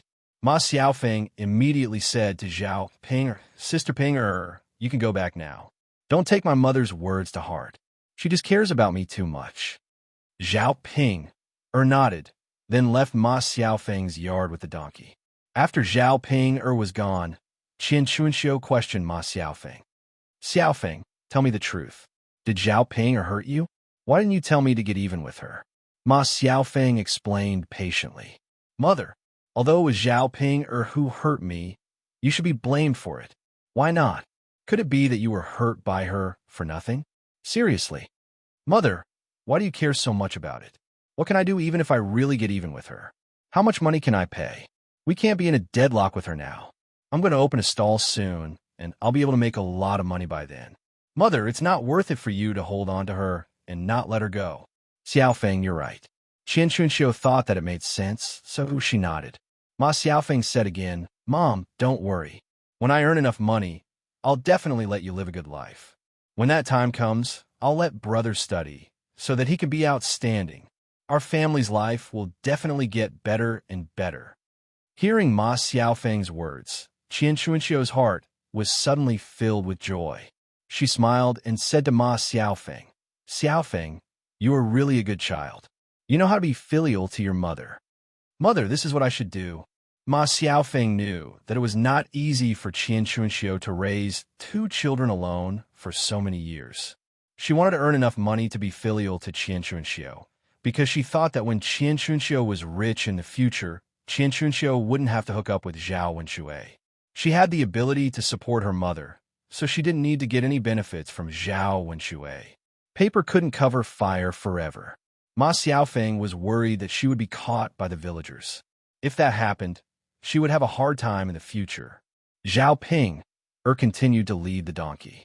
Before she went back to the family Qin hall, she went back to the third branch's house. Seeing Zhao Ping coming back with a donkey in her hand, old Zhao's family members came over with curiosity. They wanted to see what was going on.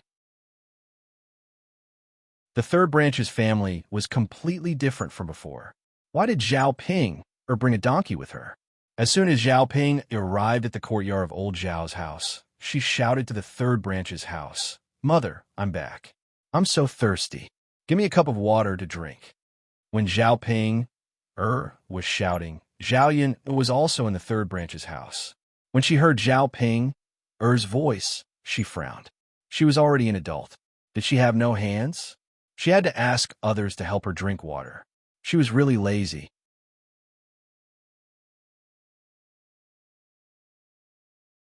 Chapter 1340. When they arrived at the yard, Zhao Ping's forehead was covered with beads of sweat. Those who didn't know what was going on would think that something had happened to her. Liang Jinxiao handed a glass of water to Zhao Ping'er and said to Zhao Ping'er, "Ping'er, here, drink it." Zhao Ping'er took it, and with a few gulps, she poured the water into her stomach.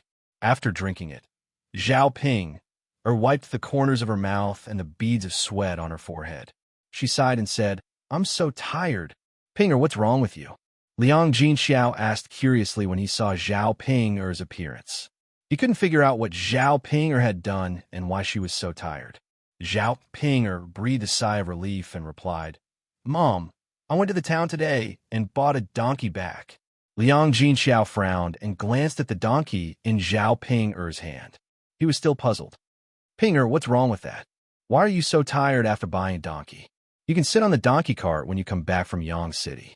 You don't even have to move." At the mention of this, Zhao Ping'er angrily slapped the donkey's head and complained to Liang Jinxiao, "Mother, I'm really unlucky. I made a mistake. This donkey is a stupid donkey. If I don't pull it, it won't move." "What?" Liang Jinxiao opened his mouth in surprise. "Why did you buy a donkey if it won't walk?" He bought it because he wanted the donkey to be able to pull freight so that people wouldn't be tired from walking. Since the donkey still needed to be pulled, it was completely meaningless to buy it back. Zhao Ping'er pursed her lips. "Mom, who knows? At first, it knew how to run, but after running for half the distance, it got tired and stopped running. Can't you tell? Why don't you just return the donkey after you bought it? In such a situation, people won't refuse to return it, right?" Liang Jinxiao suggested. He couldn't possibly spend money to buy something useless. As a businessman, he had to be responsible for the things he sold. "Mom, it's impossible. Why can't I return it?" "Ping, how do you know you can't push it away if you don't try? If not, Mother will help you talk to them. Since you spent money, the things you bought have to be good." "Mother, you don't know. When we bought this donkey, they already said that the donkey was stupid and only asked for 2 taels of silver. We could take responsibility for other problems, but this donkey is too stupid. We can't take responsibility for it." After hearing what Zhao Ping said, Liang Jinxiao didn't know what to say because he didn't know what to do either. To be honest, it was all Zhao Ping'er's own business. She knew it clearly, but she still insisted on buying the donkey. Zhao Yin'er was at the side. She was speechless. She felt that Zhao Ping'er deserved it. Who told her to be greedy? If she wasn't greedy, she wouldn't have done that. After all, it was her own fault. She couldn't blame others. "Tut tut tut, Ping'er, you're so smart. You spent money to buy such a stupid donkey. You might as well not have bought it." Feng Zhangxiao walked forward and joked. Zhao Ping'er was already angry. Being mocked by Feng Zhangxiao, she glared at Feng Zhangxiao and replied unhappily, "And it's my business." "It's none of your business. Mind your own business." You're tuning in to the Romance Rendezvous YouTube channel. We're so grateful for your support, and don't forget to subscribe to join us on this incredible journey through captivating stories. Your generosity through donations truly makes a world of difference, as it's the primary source of revenue that allows me to expand and enhance this channel for you. Thank you from the bottom of my heart for being a part of this adventure.